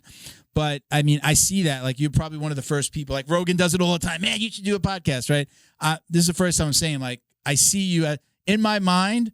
I saw you were posting snippets of a podcast you were on, and when I first saw them, I was just like I'm hearing them. I'm going by. I'm like, oh, is that his? Did he do a podcast? Good for him. Again, I think that there's a thirst for somebody like you, not only with the moves, but I think like there's this positivity about you and. I don't know if that's in your own plan, but maybe one day. I think when I see you and I hear you, I'm like, that guy's he's gonna be talking about doing more jiu-jitsu and talking about jiu-jitsu. I was on the way down here. I'm like, BJJ Fanatics. He's watching BJJ Fanatics in the next couple of years. I don't know if that's have you ever done like a longer instructional or thought about that? What would you teach? No, I haven't. One thing I've always been wanting to do, but I never had the opportunity was like maybe getting into commentating. Like I love watching the sport and I feel like I'd probably get into that, but I just don't even know where to start. But commentating might be an avenue that I'm looking into, but definitely getting a seminar program and like a long form instructional program, getting that like brainstorming in my mind. Yeah, definitely. You got to do like a little fight. Do you listen to Rogan at all? You into Joe Rogan or right? Yeah, I'm a big podcast fan. Yeah, the Fight Companion stuff, doing lives, like talk. One of the pieces of advice I give when people do talk about podcasts, I say, don't do a podcast yet. Start to do some Instagram lives, and you could approach famous people. Try to get people you want. Start with your friends, start with your coaches, and then work up from there. Like obviously, if it's specific to jiu-jitsu, do this, and more than anything, see if you like doing it. Mm-hmm. See if it's something for you, because you don't want to like invest all this money or start to do it, logo, get, doing all the things. And then you're not comfortable and you're like, yeah, I just don't like it. I like listening, but I don't like being on this side of the mic. I mean, that's a thing too. And you could do that with just your phone with zero investment. And as far as you said, how do you get those commentating gigs? Keep on doing what you're doing. And then just start tagging Fight to Win, brother. Yeah, right. I mean, they do that. It's mostly local guys, right? When they every city they go to, it's a local group of guys that are doing the commentating, right? I don't know. Do you watch a lot of like Fight to Win? Do you watch Flow Grappling and all that stuff? Yeah. You into that? Yeah, I do. Yeah, I mean, not as much as I should. I should be studying a little more. Just kind of like the big events. Yeah. Like pull up for Gordon, type of thing. I mean, yeah. If like my wife, when I put on a UFC and it's like 7, 8 o'clock and I'm putting on like the commentating and the pre-show, she's like, wow, this is going to be it's going to go from, this is 7 to 1. This is a 7 p.m. to 1 a.m. commitment. And it's kind of like that with the Fight to Wins. It's like 20 plus fights. I mean, that's crazy. My favorite, I like watching the kids. I sometimes those are the most entertaining matches. But sometimes I'll just like I'll leave it on and like pop in, like I'll maybe have it on my phone and maybe I'm like watching TV with my wife or something, have it on my phone. She I'm not hiding it or anything. And I'll like pop in when I like see, okay, I know that, or like, they're good at putting the schedule so you can see who's coming up at what time. It's pretty good. They stick pretty close to that schedule. So like, I'll put it on then. Yeah. It's a huge commitment. And I'm also listening to podcasts. A guest has been on a podcast. I want to listen to something. I'm watching their videos. We're doing a little bit of background work. So then on top, like I'm a huge UFC fan. That's where this all started for me. And then, now, because we've been talking more about talking about MMA. Like we want to have a little bit more MMA, conversations because both myself and Miguel, my co-host, we're huge, fanatical. And I feel like I've gotten away from it from the jiu-jitsu side, but now I'm like buying I went to DC last week. I watched the Nunes card on, I put it on my computer. I bought it in the hotel and I put it on my computer and my wife and my daughter were like both reading and like laying in bed reading. And I just watched till 1 o'clock in the morning, but I would normally have missed that before. Now I'm like, no, I really want, it's where my love of all this began. And I want to be able to talk about it more intelligently and know the fights and, for sure. There's a UFC every fucking weekend. Yeah. I got to keep your pulse on it. Yeah. You got to keep your finger on the pulse. And I even want to how do you feel about One Championship? Do you watch like any of that? Cause now they're doing a lot of the jiu-jitsu matches. Love One Championship. Yeah. Love it. I love it. I love the, I think that One is like being really true to martial arts in the way that they're doing these mixed shows. Like it's not just Muay Thai, it's not just kickboxing, it's not just MMA. It's like they'll have a jiu-jitsu match, and then they'll have a no-gi match, and then they'll have like kickboxing, and then then an MMA match. It's like all these. So you're getting like the other groups, like the other fans, like a Muay Thai fan is going to get a introduction into jiu-jitsu, an introduction into MMA, and maybe like over time they can start becoming like bigger audiences. So I love the formula they're doing. I think it's like it's pretty unprecedented. Like who would have thought? It's so simple. Like you think about okay, but it's like back then there was like I think like in the smokers in the Bay Area these have a thing called evolution, where it's like okay, first round's jiu-jitsu, then second round's boxing or Muay Thai, and then third round's full MMA rules. And they would do these things where it was like you same one fight, like two fighters, and they would do these evolution things. And that was like the only time I'd ever see like this mix, but to actually see like, okay, this is just one fight, like a super fight. And then they're just going to have these on a one card. I think that's like really cool. The way that you just laid out that match, in Mighty Mouse, who Mighty Mouse is, right? Used to be in the UFC, right? Demetrius Johnson, didn't he just do a fight like that where it was like round one? Oh, did he? I believe so. I haven't seen it. I heard somebody talking about it, that it was like round one. I forget how exactly it was, but it was like round one was jiu-jitsu, round two was Muay Thai, and then I think round three was like full MMA, something like that. I believe, but I do love that. I have sat here on this mic and said, not literally sat on the mic. I've sat here at this mic and talked about like, I love jiu-jitsu, but sometimes jiu-jitsu could be boring to watch. I love doing jiu-jitsu. Like when I was a kid, I loved playing street hockey, but I didn't like run inside to watch, an NHL game. I love training jiu-jitsu. I love talking about it, but to watch it sometimes, again, on a card with 20 fights, it's like sometimes it could be a little bit boring. Yeah. And I was saying, like, I don't think that we'll ever get those mainstream fans that the UFC had. Like, we're not going to get that. Jiu-jitsu is like watching flag football to the NFL, right? You're just doing this one discipline. As much as I love jiu-jitsu, I made that comparison. And then all of a sudden it's been out there and I wasn't realizing that they were doing these fights and they were having, Gordon has a one championship contract. Danielle Kelly, who are the twins from not AOJ? From the Rotolo twins? The Rotolo twins, right? fighting it there now. And like, this is it. This is the way that it gets bigger. This is a way that people are going to be able to make more money and get those bigger fights. And some of them might transition to MMA and some of them might not. But the fact that they're putting those, I would hope to see one day, like, Gordon would be like the main event in that card, but just a jiu-jitsu match. Yeah, that'd be crazy. Being the main event on an MMA card would be fucking amazing. And I didn't see that before, and I was shitting all over. We're never gonna get mainstream. No, this is it. This is the way it's gonna be. And now I'm like, no, oh wow, there it is. That's the model, and it's working. People like us. So, I've got it's pretty crazy because people that watch jiu-jitsu, like anyone who watches a jiu-jitsu match online on YouTube, like any of the world championship matches that are up there online, they do jiu-jitsu for sure. There's maybe like a 1% chance of people that don't, where it's like the flipped on the other side, where it's like most of the people that watch MMA never train in their life. Yeah. They just like to watch two people beat the shit out of each other. Did you said you listened to Rogan? Did you listen to the Mikey Musumeci episode? I did. So like he talked about, he's living in Asia, I don't know what country. He's living over there, and he's got a contract with one championship now. He's training and he's living there now. And he talked about that it's going to be, I think, on Prime. There's a contract with Amazon Prime, so that we can see it here in the U.S. More easily. And I honestly, like, other than seeing the video, I couldn't tell you. I've never hey, where do I watch One Championship? I don't.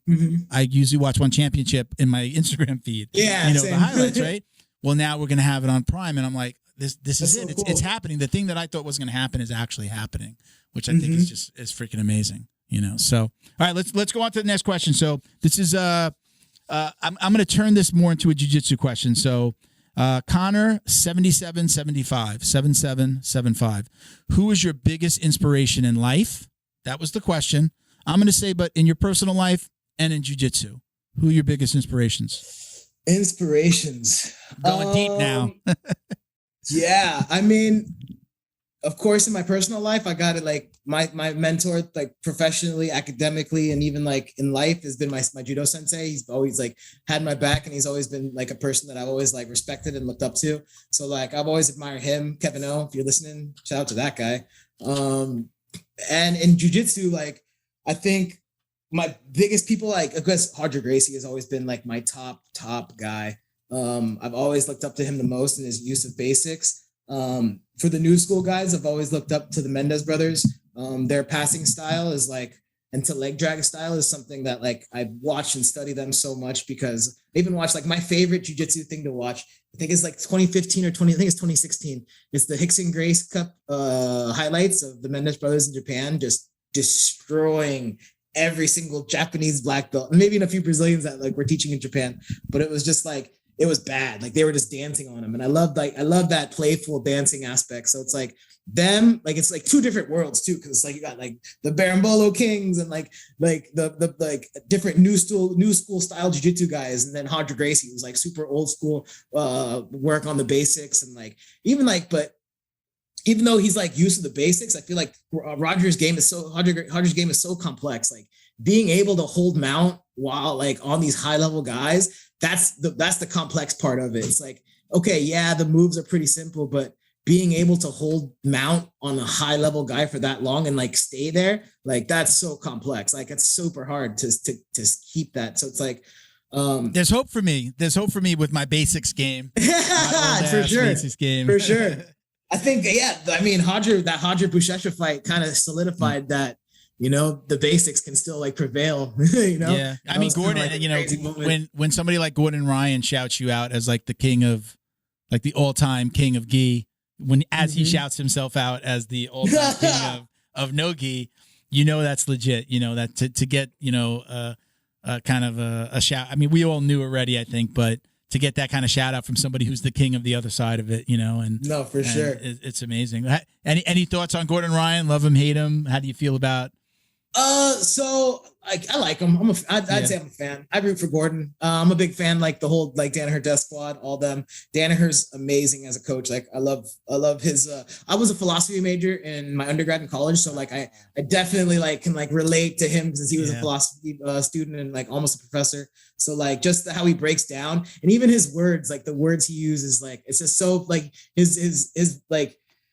I guess his lexicon is so philosophically based. Like these are words that I heard academically, like in class. Like, okay, he's bringing philosophy, like literally, like this, like the whole art of philosophy and like academically into jiu-jitsu and breaking it down that way, breaking things down to their axioms or like intrinsic values and like things like that, where it's like, oh, so powerful to me. Do you think that that's why he's such an amazing coach?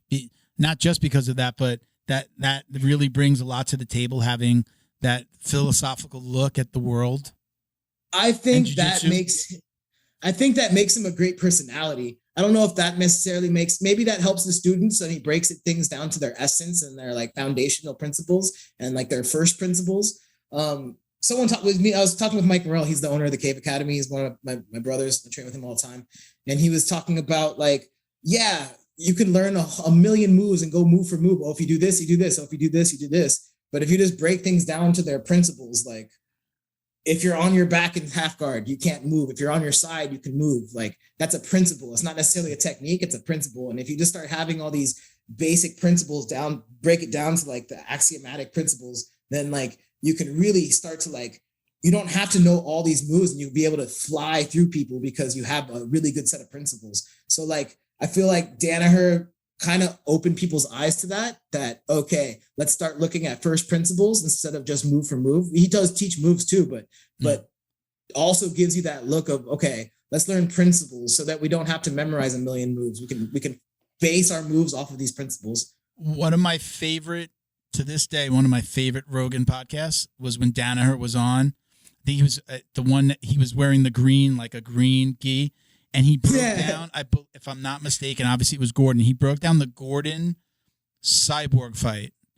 I think, I don't know if it was a heel hook. I forget how it ended, but they went through the fight and had Jamie like fast forwarding. And he's like, just go back a second, like a half a second, like going back. And he described everything that Gordon did, transitioning, the way he held the legs, the way he moved Cyborg. At that moment, I was like, this guy is a savant. Like, this guy is amazing. Like, tell me, please give me more information. It was just all those the details. Most amazing breakdown of any martial art boxing fight that I had ever seen or heard ever. And I was just like, that was I knew who he was, but that's when I really started to understand who he was and why, for sure. These Death Squad guys were just like so amazing. It's like, if he's teaching this way and breaking everything down, if he's also teaching like that, I mean, it's like you can't fail. You just got to keep on practicing. But for sure, to have somebody that understands it like that teaching you is amazing. Yeah, those guys are super lucky to have such a wizard on their squad. Yeah, man. All right, so we're gonna get into a couple more questions. You got some time still? We're an hour and 30 in. You good? I'm free. All right, man. All right, cool. Something. What's up? Are you still in the drill down? No, we're not in the drill down yet. These are listener questions, brother. Oh. I might have taken. Take a sip of coconut water. Yeah. Do your thing, brother. Don't worry about it. So just so you know, like when we're filming, like Bo is cutting back and forth. So we have like 3 cameras in the studio, and then you're like piped in as one of the cameras, kind of. So when you're talking, like he's showing you. When I'm talking, he'll cut to me. Like it'll go back and forth. So we're not like we won't be sharing the screen. Cool. But anyways, okay. So.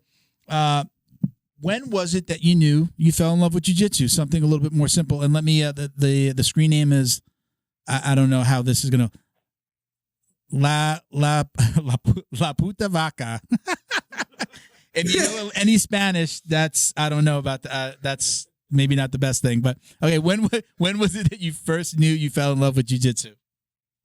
Man, almost immediately. I had an affinity to jiu-jitsu almost immediately. Probably because I did judo as a kid. And then when I got back into jiu-jitsu, I just ran full sprint into it. Like I was doing as much as I could. It was my first job ever was working at the Team USA, that academy I was talking about, just helping the front desk. And so like I was just working at the academy, training all the time. So like almost immediately, I came from Hawaii. I was a high school kid in Hawaii. I moved to San Francisco to move in with my grandparents, and it was like halfway through the year, the academic year. So it was like I didn't know anyone. I just moved here, so the gym was like a community. Like I met all my first friends through the gym. So it was really cool, like to just be welcomed like that. So like I kind of just like fell in love immediately with like the community, and I feel like that's super important. Like if you don't find the right community, you might love jiu-jitsu a lot, but if you don't find the right community, it's almost like a luck part of it too, because like I was very fortunate to have the right community to keep me going and like keep me motivated and make it super fun for me. So I think yeah. If you could only train one, you would pick jiu-jitsu over judo? Oh, that's such a hard question. Yeah, because all of judo is in jiu-jitsu. Not all jiu-jitsu is in judo. So therefore, I would choose jiu-jitsu because that would encompass judo as well. Yeah. Do you, in a normal jiu-jitsu class, whether you're teaching or when, you as a student, are you getting a lot of jiu-jitsu a lot of judo in your jiu-jitsu training? Are people showing a lot of throws and the things that you already know? Like, did you learn it as a student? You already knew judo, but when you went to a jiu-jitsu class, was like, oh, they're not teaching me any judo. Oh no, I know how to do that throw. I know that already. And and how do you do it? Are you teaching a lot of judo throws and aspects of your game in your regular jiu-jitsu classes? So mainly they don't teach that many throws in jiu-jitsu class, so I don't have to worry about that. But a lot of I do use a lot of my judo on the ground, because there's a lot of judo that's groundwork, newaza, that's some grips, it's mainly grips, not necessarily like moves or anything, but grips, turnovers and grips that I use all the time. And then I also do like some crazy shit, like if we're in, the dogfight position. No. So dogfight. I probably know it, but I don't call it a dogfight. Yeah, so like dogfight is like almost a half guard, but the person's got the underhook and come onto their knees, so they're straddled like a over whizzer, one of your kind of like you're in a whizzer. Yeah, okay. But you're onto your side. So like your leg is like straddled in between them, and they're sitting on it, and they're like come from half guard. So like in my academy we call that the dogfight position. I like to throw uchimatas from the ground to get you from turtle position to your back. Okay. So like you'll be on the ground. I'll throw a wizard on you, and from the dogfight, I'll throw the wizard and hit an uchimata, and it's like that's a stand-up throw, but it's implemented on the ground. So it's like sometimes I bring things into that, but mainly the stuff is like the grips for turnovers. That's like where like I think that's a lot of help for my judo things that help in jiu-jitsu is the turnovers. When people turtle up, it's like, wow, this is like I have like it's like I can almost do anything, because like that's like the position I want them in. It's like they just turtle up and don't fight back and just shell up. That's every day we train that in judo. So it's like that's what I like. When I teach, I do show a little judo, but I really emphasize that judo is not cut, copy, and paste for jiu-jitsu. Like there's a lot of throws that will leave you in bad positions if you do that in jiu-jitsu, because the rule set's different. In judo, if I throw you and I like judo risk, like the risk reward ratio, like in judo is like you can be a lot more riskier, because if you miss your throw, the ref will probably stand you back up and you get to attempt it again. So I can go for those big crazy throws and not have to actually worry about like, oh, I might be in a bad position when we end out. But in jiu-jitsu, it's like I throw the guy, and if I throw, like, let's say I have a big ass overhook over the guy and I hit a hip toss, it's most likely that I'm going to fall and he's going to roll through and I'm going to end up on bottom. Whereas if I did that same throw with an underhook on the belt, I would still hit that throw, but there's like a less likelihood that he's going to counter me and roll through it.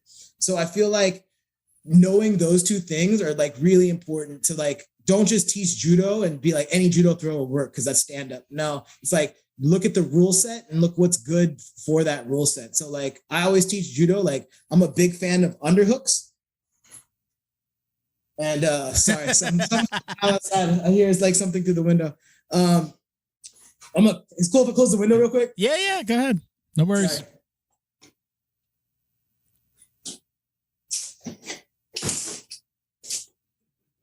There's a guy next door. He has a punching bag, and all I hear is the punching bag chain. And kind of I heard a little something. I couldn't make it out, but I did hear something. Yeah, there's a guy. There's always fighters in San Francisco. There's a guy in the back hitting this heavy bag.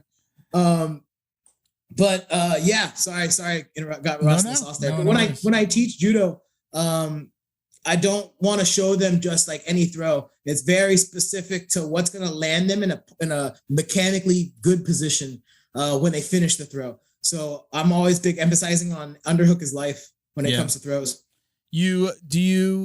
How do you feel about teaching? Does, like, one of my favorite things is helping somebody. Again, I don't like to say teaching or coaching because I'm not a coach, but you know, I'm a brown belt. Somebody asks me a question or grab me after class. I love that. Or again, that new guy that comes on the mat. Do you really like love to teach? Is that like, does that make you like it? It gives me like a really good feeling inside. Like, I guess like when people like they donate to a charity or they work for charity, like that feeling that's like, it's like cleansing for the soul. I feel that way when I'm helping somebody, especially when I see them start to use what I've taught them. Do you get that feeling? Is it that? Yeah, for sure. Like, I'm passionate about it in that way. You're actually coaching, you know? Yeah. I feel like it's like no better feeling than when someone comes up to you and says, hey, I've had really like a lot of trouble in this position, but that thing you showed me has helped me out so much. Or like just hearing these success stories in competition where, oh, I did that move that you showed me, or things like that. It's like, oh man, it fills my heart with so much joy when like someone like is bettering themselves. They're happy about life and like they're just living that jiu-jitsu lifestyle. I wouldn't say like I love like teaching more than training, because I feel like I love training more than teaching. I love training, like I just love training.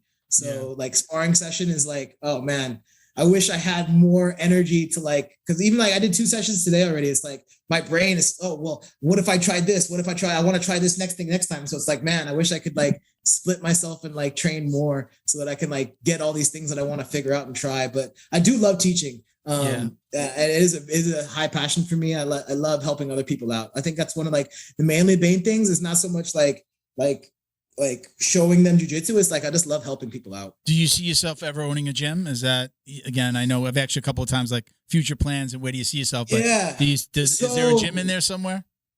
I don't know, man. The Bay Area, there's like I said, it's only 7 miles by 7 miles. It's a very small city and it's super saturated already. So it's like, I don't know if I'd want to open up my own school, at least not in the Bay Area. And I don't see myself leaving San Francisco anytime soon. I love it here.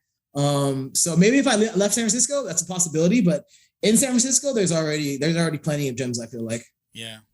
Okay. So like maybe it'd have to look like go out, but like I love the gyms that I'm already at. So it'd be hard for me to leave the gyms I'm at. Like Half Gracie, amazing training, best training, super tough guys. We do like 8-minute rounds in the morning, so it's like it's super good training. Yeah. Like really good training. Hour, 2 hours? How long? Yeah, I was there from 7 to around 9:30. 7 around 9. I had to leave to get to work meeting. But if I'd stay there longer and train. Respect. You're training jiu-jitsu and then going to work? Yeah, thank God they have a shower at Health.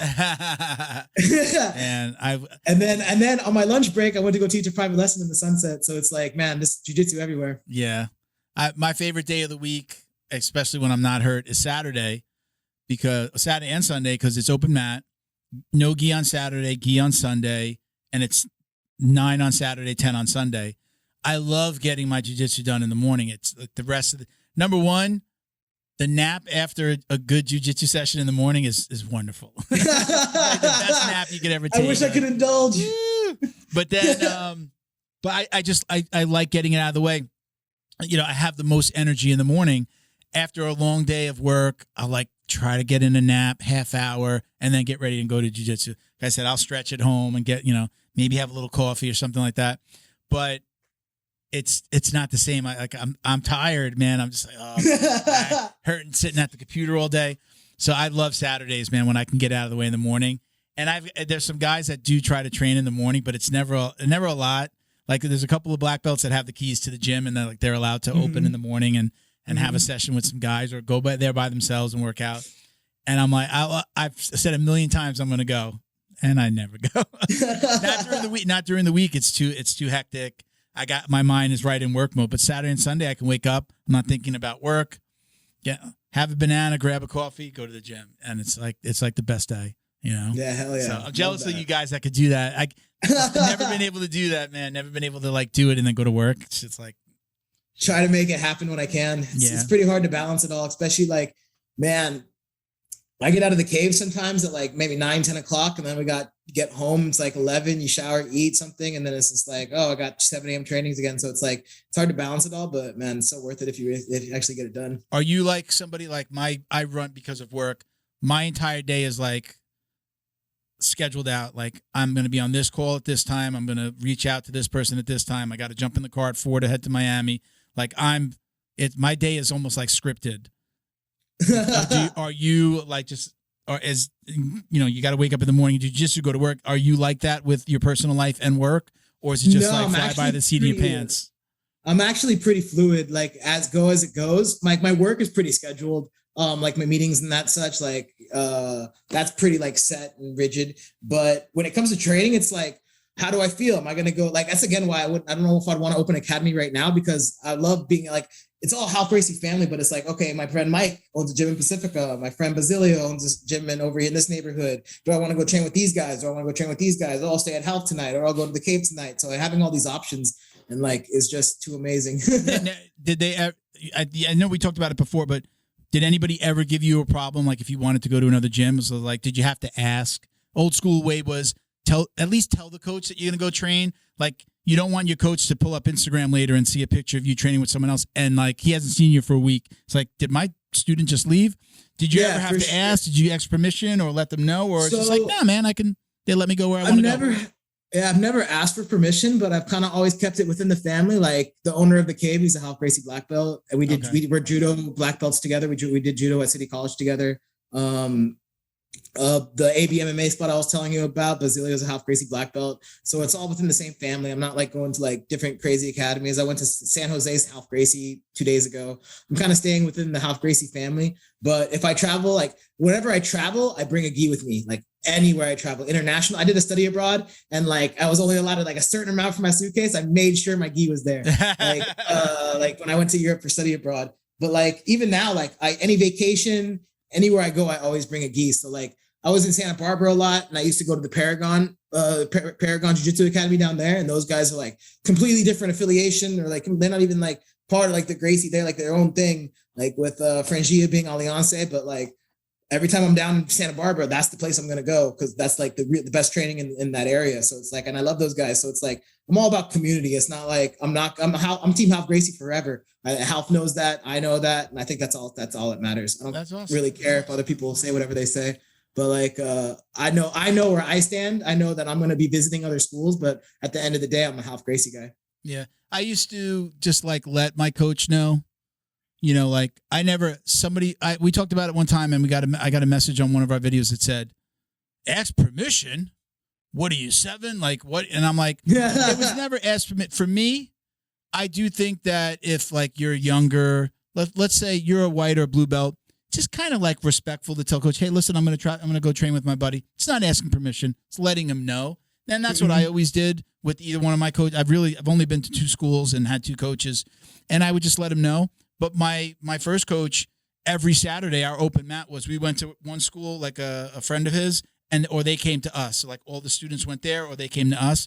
So right away, I was already, with my coach training at another school. So I enjoyed that, getting that different look of just how other people train jiu-jitsu and learning one week they teach them. When they came to us, their coach would teach a move, and when we went to them, our coach would teach a move. So it was like really cool just to see some different stuff. Yeah. And then when I went to fight sports, I didn't travel a lot, but I would tell, if I was going to go somewhere, I would say, hey, I'm going to be here.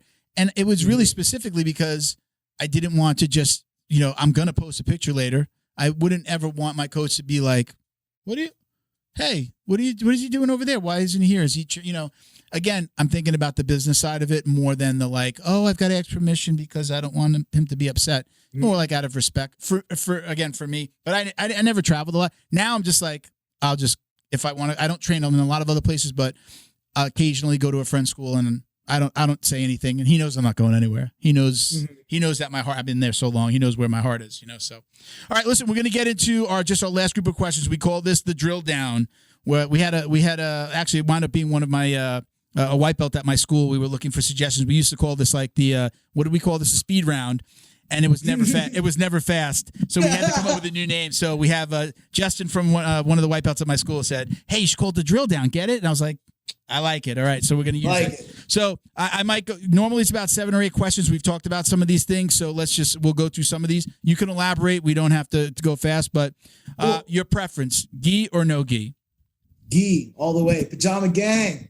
Do you ever train no gi at all, or is it just I not do for you? train no-gi occasionally. Like I said, Mike Morrell, he's the owner of the Cave. He's like one of my best friends. He's like a no-gi aficionado. Like he's like super like I like from what I am to gi, I feel like he is no-gi, like that affinity, that just connection to that. Yeah, he's a wizard. So it's like I always feel like, man, I'm gonna be an old man regretting that I should have took more of his no-gi classes because he's a wizard and he was right there the whole time. So it's like I do it maybe like every once in a while. I want to do it once a week, even though I don't. I do it like maybe once every other week. I should do it more, but yeah, it is something I should do more. But I'm so addicted to the gi, and I still feel like I'm so bad still. Like I got a black belt. There's still so many areas in the gi that I need improvement on. That it's like, oh, I'll get to the no-gi when I get to it. I need to figure out this worm guard stuff first. so let's talk about that a little bit. You said like even at black belt, you have that feeling sometimes like, oh man, I suck at this. I mean, I'm bad at for this. sure. You still have that feeling. That's like, is that something that I know for me, that's never gone away. I'll be like, I know the things that I'm good at, and I know that there's a whole bunch of stuff that I really, really suck at. And that's okay, right? For our listeners, right? That's okay. It's okay to feel that way. Yeah, I'm never gonna be a triangle master. And that's okay. I'm 5'7", and I'm pretty chubby, so it's like, yeah, that's not gonna happen. That's perfectly fine. But there are things like I think like right now, like it's not so much like, oh, I'm bad at this, I need to get better. It's just like I'm so curious about so many aspects of jiu-jitsu. Like people always hold a lapel, right? And it's always one hand on the lapel. But what if I grab that same lapel and grip like the other lapel and that lapel together? So it's like 2 lapels on one grip. And I'm really playing around with like double grips. Like I'm going to grab 2 different things, but I'm going to hold one grip. Like with the lapels and like lapel tie-ups and like all that stuff is like super interesting to me right now. And like different ways to tie people up. And it's like, oh, well, I'm so improficient at that because I never really dived into it. I never give it the time to be like, okay, how many ways, like right now, like even like, let's say you're in half guard on bottom, you can take their gi and wrap it around their neck and from the front. And like, no one ever really does that.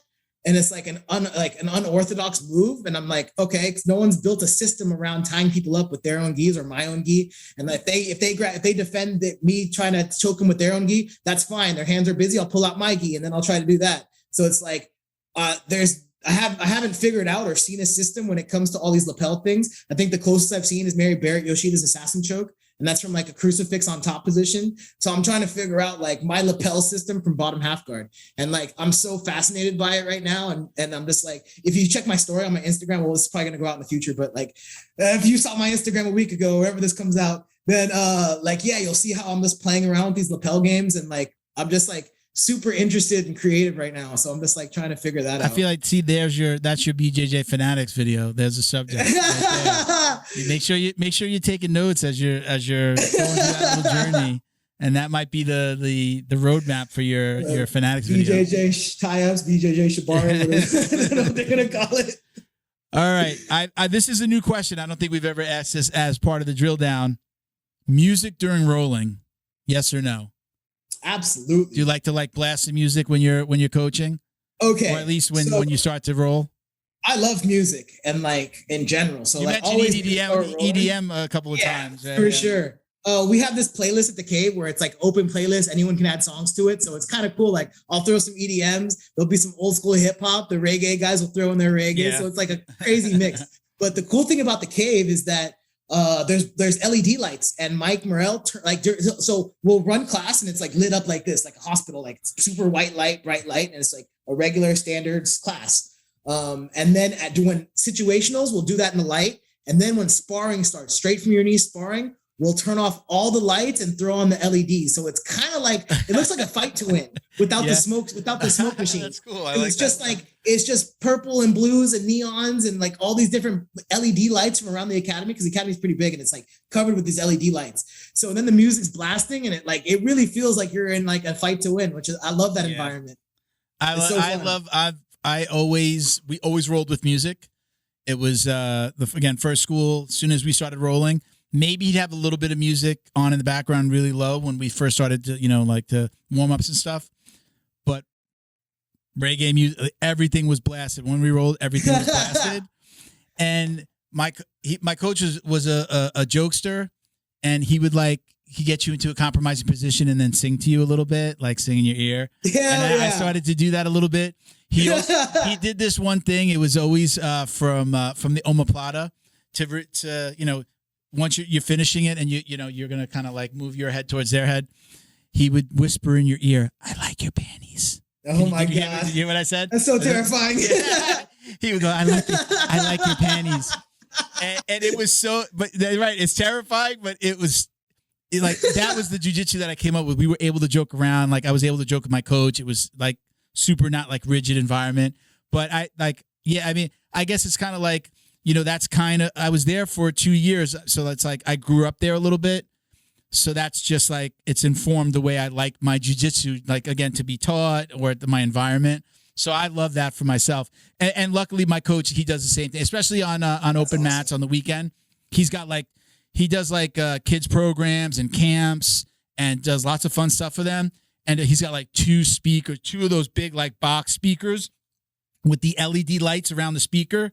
So like those are like on either side of the gym, bumping. And he'll blast those, and it's just a lot of fun. And every once in a while we do I said before, we have like a big kids program. So we do like really our Saturdays and Sundays, we call them like family jiu-jitsu days, because most of the adults have kids that trained first. So the kids were in there, and then they got the parent, mom and dad got recruited. And again, big female presence as well. Sometimes we have more girls training than guys in our adults class. And we've even they have their own room now. We split them off sometimes. But that's awesome. Yeah, man, it's just like we have the kids in there. So like the music's blasting. Every once in a while, something will come up and be like, "Hey, you got to turn that explicit lyrics. Got to turn that off." But yeah, I love it too, man. I think it's great. All right, it's crazy because it's just one more thing about that. I grew up with Kurt Osiander, and Kurt Osiander blasts metal music all day. So like my first 10 to 15 years of jiu-jitsu, my first 10, 12 years of jiu-jitsu was just like metal music every day in the academy. And it was just like, I don't listen to metal outside the academy. So like, even when I hear metal now, it's like, oh shit, is it jiu-jitsu time? It's like kind of like conditioned in me where it's like Kurt would always play like this hardcore metal music, and it would just be like, fuck yeah, Kurt would just be like rocking out. How's he doing? I mean, we talked about him a little bit before. How's he doing? He's good. A lot better. So he's teaching class at La Marinda BJJ over there in the East Bay, and I visit him here and there when I have a time. It's like 45 minutes away, so like he teaches in the morning, so if I got work, it's kind of hard. So if I got a day off where my meeting schedules are light, I can make it out there. And like I said, man, he's moving really good. He's actually on the mat teaching classes. He's moving really well. I'm really excited to have him on. I think 2 weeks. We have him on in 2 weeks. So I'll tell you a little story about him, man. Like this is one of my favorite stories about Kurt. It's like it's at night class 7 p.m. It's like 5:30 was one class, and then 5:30 till 7, and then there was a second jiu-jitsu class at 7 p.m. But everyone came at 5:30. There'd be a few white belts at the 7 p.m. It'd be a smaller class, the second class, and so. The white belts are doing their warm up for the 7 p.m. class. All the the upper belts, we're walking out, showering out because we already finished our 5:30 session. And Kurt Osiander, there's this big pole in the middle of the mat, and on one side of the mat there was the 5:30 class finishing up, and then on the other side is the 7 o'clock class starting their warm ups on the far side. And Kurt Osiander had this fucking blow dart gun, and he was with metal darts. Oh, and shit. There's a pole in the middle of the mat. If you've seen the Half Gracie mats, they're huge. And so he's sitting in like a little chair, sit back, and he's just picking up darts. And there's guys fucking sparring on the bottom. And then there's the second class, the white belts, doing circle drills, warming up in the back. And he didn't miss one, but bro. He's shooting at that pole. He's shooting at the pole. Yeah. Is that what he's shooting at? Yeah. Literally behind the pole is white belts. Oh shit. Oh shit. And he's fucking Kurt Osiander is blasting metal music. This shooting these fucking metal darts into this target 20 feet away, 30 feet away. Yeah. And I was like, man, that's just everyday life at Half Gracie growing up. That's awesome, man. I see I like that not so rigid environment. I've been lucky to be in schools where it's been fun. It hasn't been no, for sure. Nobody was ruling with an iron hand, let's say, so. All right. So we talked about, one of our questions was watching jiu-jitsu and MMA. So we talked about that. Who's your favorite competitor to watch? Ooh, I think we covered this earlier as the Mendez brothers. I'd say favorite current competitor. I'm like a big gi fan. So, I mean, of course, like the no-gi side, I got to give it up to Gordon Ryan. He's like just dominating everyone. I expect him to win all the rest of the tournaments that he's set up for this year. Yeah. But for at least for the gi side, I have a big like fan for the Mendes brothers and their students as well. So that goes down to like Tynan Dalpra and all them. I love the Mendes brothers style. So yeah, their passing style is like something their leg drags, like my school is not really big into leg drags. And so like they do teach it sometimes, but like really emphasizing the Mendes brothers style of leg dragging is like so amazing. Yeah. And I really like enjoy that aspect of it. Fix your camera again. Yeah. Did you notice it?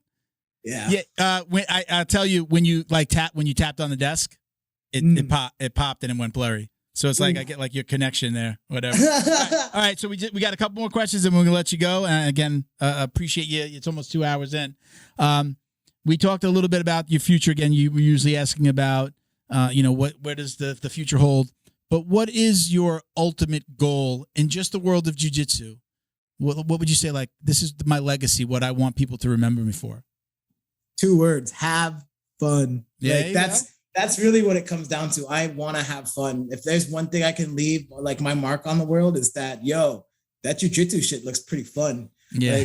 Like I just that's all I want to do right now is just enjoy. Like jiu-jitsu is my passion. It's my hobby. It's my favorite thing to do. So it's like, I want to show people like, yeah, this is super fun. And like, and if I'm not having fun, like, then why do it at all? So it's like making sure like, okay, before like I said, it was so competition heavy. Like I got to be the best and I'm only going to work these things. And I'm only going to be like, again, that rigid, like I was a rigid, I put myself in a box. Like I'm only going to do these things because that's what's going to make me win. But now it's like, man, let's have fun. Let's see what this lapel thing does. Even if I get wrecked, like, oh, at least I tried it. That didn't work. And I feel like that's so important. Like jiu-jitsu is not just about learning what to do. It's about learning what not to do. Like you're going to get messed up. You're going to put your hand in the wrong place and you're going to get punished for that. There's going to be consequences. But then through those consequences, you learn, okay, don't do that. Don't do that. Don't do that. And it's almost like you learn enough things not to do. And that makes you a good jiu-jitsu player. It's kind of weird like that. Do you think, does it take, or what belt do you think that changed for you? Like when I was a white belt and a blue belt and even purple, I didn't want to lose. I was going to jiu-jitsu for so many different things, but at the same time, like, man, I don't want to lose. I when I'm rolling, once I got to like maybe like 4-stripe purple and then like brown, I don't even think I had 2 stripes and then it went to brown. So my coach had stopped doing stripes for a while, but I was pretty close to my brown is my point. And I started to not care about like getting submitted or putting myself in a bad position. Like, oh shit, if I put myself in that position, I might get submitted. Like I find myself even more and more, especially now that I'm hurt, like I want to be in those bad positions because I want to figure it out. It's like I could, especially if I'm rolling with somebody, a lower belt. Do you think there was a point that changed for you? Because again, I think most people are like, yeah, I'm going to train and it's fun, but I don't want to lose. It's more fun when you don't lose, right? It's more fun when you're doing the submitting. Did that, like, was there a point that you feel like that changed for you? So at least competition wise, I was very fortunate to realize like you learn the most. I competed enough times when I was young to realize you don't learn from your wins. Like I don't remember the guys' faces that I beat. I can remember a few that I lost to though. And I remember what I learned from those losses. You know what I'm saying? Like half the biggest tournaments I ever won, like I couldn't tell you who was in second place. Like honestly, but I can tell you the times that I was in third place or something. I know who knocked me out and I can like see, I can remember like why I messed up. So it's like, I was very fortunate to learn that you learn more from your losses through your wins. And so like in that, I was okay with like, well, when I was a blue belt, purple belt, I was like, oh, I suck off my back. I'm so bad. I only do a smash pass because I'm so big. I'm just going to work my bottom. And then now if I'm not going to spar against a high level black belt, like in the gym, I'm probably going to pull half guard because I'm so comfortable from there now. So it's like, oh, that was my weakness, but it ended up becoming my A game now because I just like, I put myself in that situation and figured out what I like and what I don't like and what works for me and what doesn't. So it's like, yeah, it's like, it's hard to say, but at the same time, it's like, when exactly that turn happened, but I can say that when I got my brown belt, it turned away from competition. And that's when it was like a different type of ego. Cause then I learned, oh, I still don't want to lose, but the way for me not to lose is to lose in the gym. And then I don't lose out there. But now it's like, okay, I've been doing jiu-jitsu for long enough where it's like, if I'm getting smashed, I could just go to my A game. I could go to bottom half guard and just play that. But am I really getting better at jiu-jitsu? Probably not. I'm just using the same shit I used for the past couple of years. That's my best game. So now it's like, it's a different outlook. I'm not losing to like be the best, like figure out so I don't lose in competition. I'm losing to figure out, well, what's happening because I don't know how this position works yet. So let me figure out this position. So back then I feel like I knew the positions I wanted to work on. And now I'm like exploring positions that I have never even tried before. So it's like a different approach. That's where I'm just getting there now to that. Like, oh, let me figure this out. Let's see where this goes. I've literally said it out loud to somebody, like they grab like a lapel and like something, just maybe something I haven't seen before. I'm like, why? And I'll say it out loud. I'm like, all right, let's see where this goes. I'm just as curious as you as where this is. I don't even know if he knows where it's going, but and again, because I do like to joke around. I talk while, I don't know if you talk while you're rolling. I talk while I'm rolling. All the time. I love to All joke time. around. I'm like, oh man, what are you doing to me? You know, like especially with the lower belts. It's like if you narrate your thinking process, I feel like it helps them. I do that especially with the heavyweights. I want the heavyweights to know exactly what I'm thinking when I'm rolling. Like, it's like almost borderline bullying because I like on the heavyweights I go a little bit harder. I go a little bit harder. Yoshi's a bully? No. Say it isn't so. But I'm like, I'm talking to them the whole way of like, okay, now I take away your air and I put my shoulder in their mouth. And then I'm like, okay, now since I took away your air, you're not focused on my legs. I got to pass your guard by just putting my shoulder on your mouth. Like I talk them through that whole process of distraction and movement. And it's like, yeah, it's like, it's a little rough on them because I'm like, I want them to be really good, especially at heavyweights. Cause that's what I am. Like, I know what you don't want to be you don't want to be, like I said, you don't want to be looking at the lights against a heavyweight, man. Cause usually if you're looking at the lights, it's probably pretty bad. So it's like, if you're getting smashed, so it's like, I don't want that for them. So I always try to like talk them through and narrate them through it and try to like, so they can see my point of view, especially with like the lower belts. All right. I'm going to give you, so I've got one more question. Cool. But there's two things. When we say goodbye, don't hang up because we're going to come take some pictures by the screen for promo. So we'll let everybody know you're on the show. All right. That's number one. Number two is before I ask you my last question, go ahead and shout out any of your sponsors, anybody you want to say hello to. This is your time. Take a moment. Go ahead. Shout out to Shorty Roll. They hook it up, always keep me super fly. So shout out to those guys. Thanks to Sensei Kevin O at USF. I want a big shout out to Mike Morrell and Papa Frank at the Cave Academy. There are two Half Gracie black belts that I train with almost every day at the Cave Academy, and man, those guys have helped me out so much. I love both of you, Mike and Papa Frank. Shout outs, and of course Half Gracie and Tay Crivello, the two teachers, my two instructors at Half Gracie. Wouldn't be here without you two. So big thanks to Master Half and Professor Tay. And where can your future sponsors and people that don't follow you already, where can they find you? No, I'm on Instagram, all social medias. You can find me at Yoshi_SF, even Venmo. I'm just playing. All social medias. You can find me at Yoshi_SF. I'm mainly on Instagram, but you can also find me on TikTok, Facebook. YouTube. Just started a YouTube channel. I'm gonna start putting out some things on there.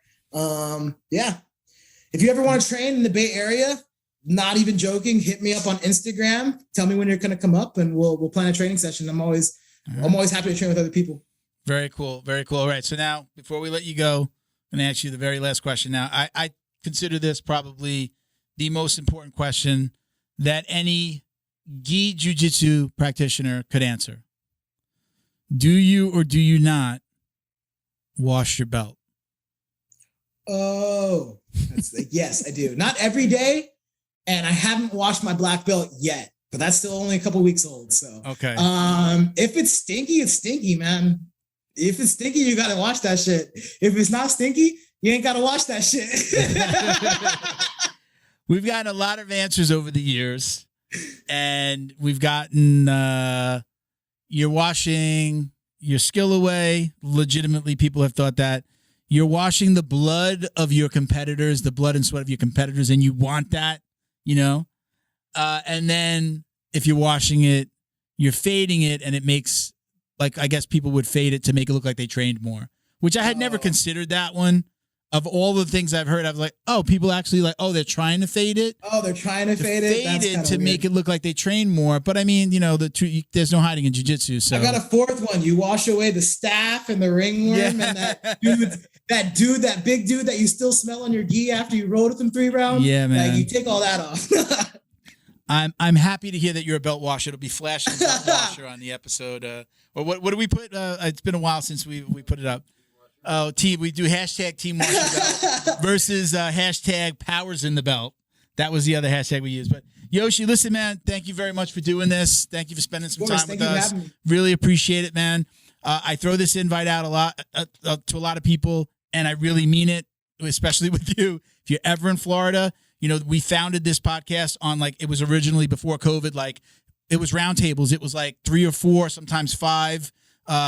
Friends and training partners and maybe a guest, and then COVID happened and it turned into Zooms and it just changed for us. But if you're ever down, we love having people in the studio.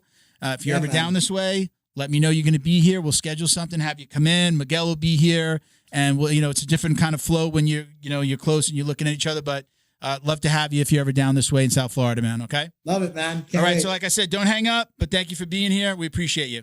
All right, brother. Yes, sir. Take care. Thank you to Neutral Zone CBD, a combat family-owned company that supports athletes and the people who love them. Neutral Zone strives to deliver clean CBD products for sports recovery in gummies, lotions, balms, roll-ons, and more. After a competition, a hard rolling session, or a tough day on the job, Neutral Zone has a product designed to help you reduce inflammation, increase cell rejuvenation, and may even help with aging joints. Visit neutralzonecbd.com and get 25% off your order with code JJD. And follow them on Instagram too, @MyNeutralZone. Jiu-Jitsu's favorite monthly subscription box has now joined the Jiu-Jitsu Dummies podcast. The BJJ box is delivered to your door filled with premium jiu-jitsu and grappling apparel, equipment, supplements, supplies, snacks, and more. The crew at the BJJ box find the best in the world of jiu-jitsu and guarantee every box to be worth more than the cost.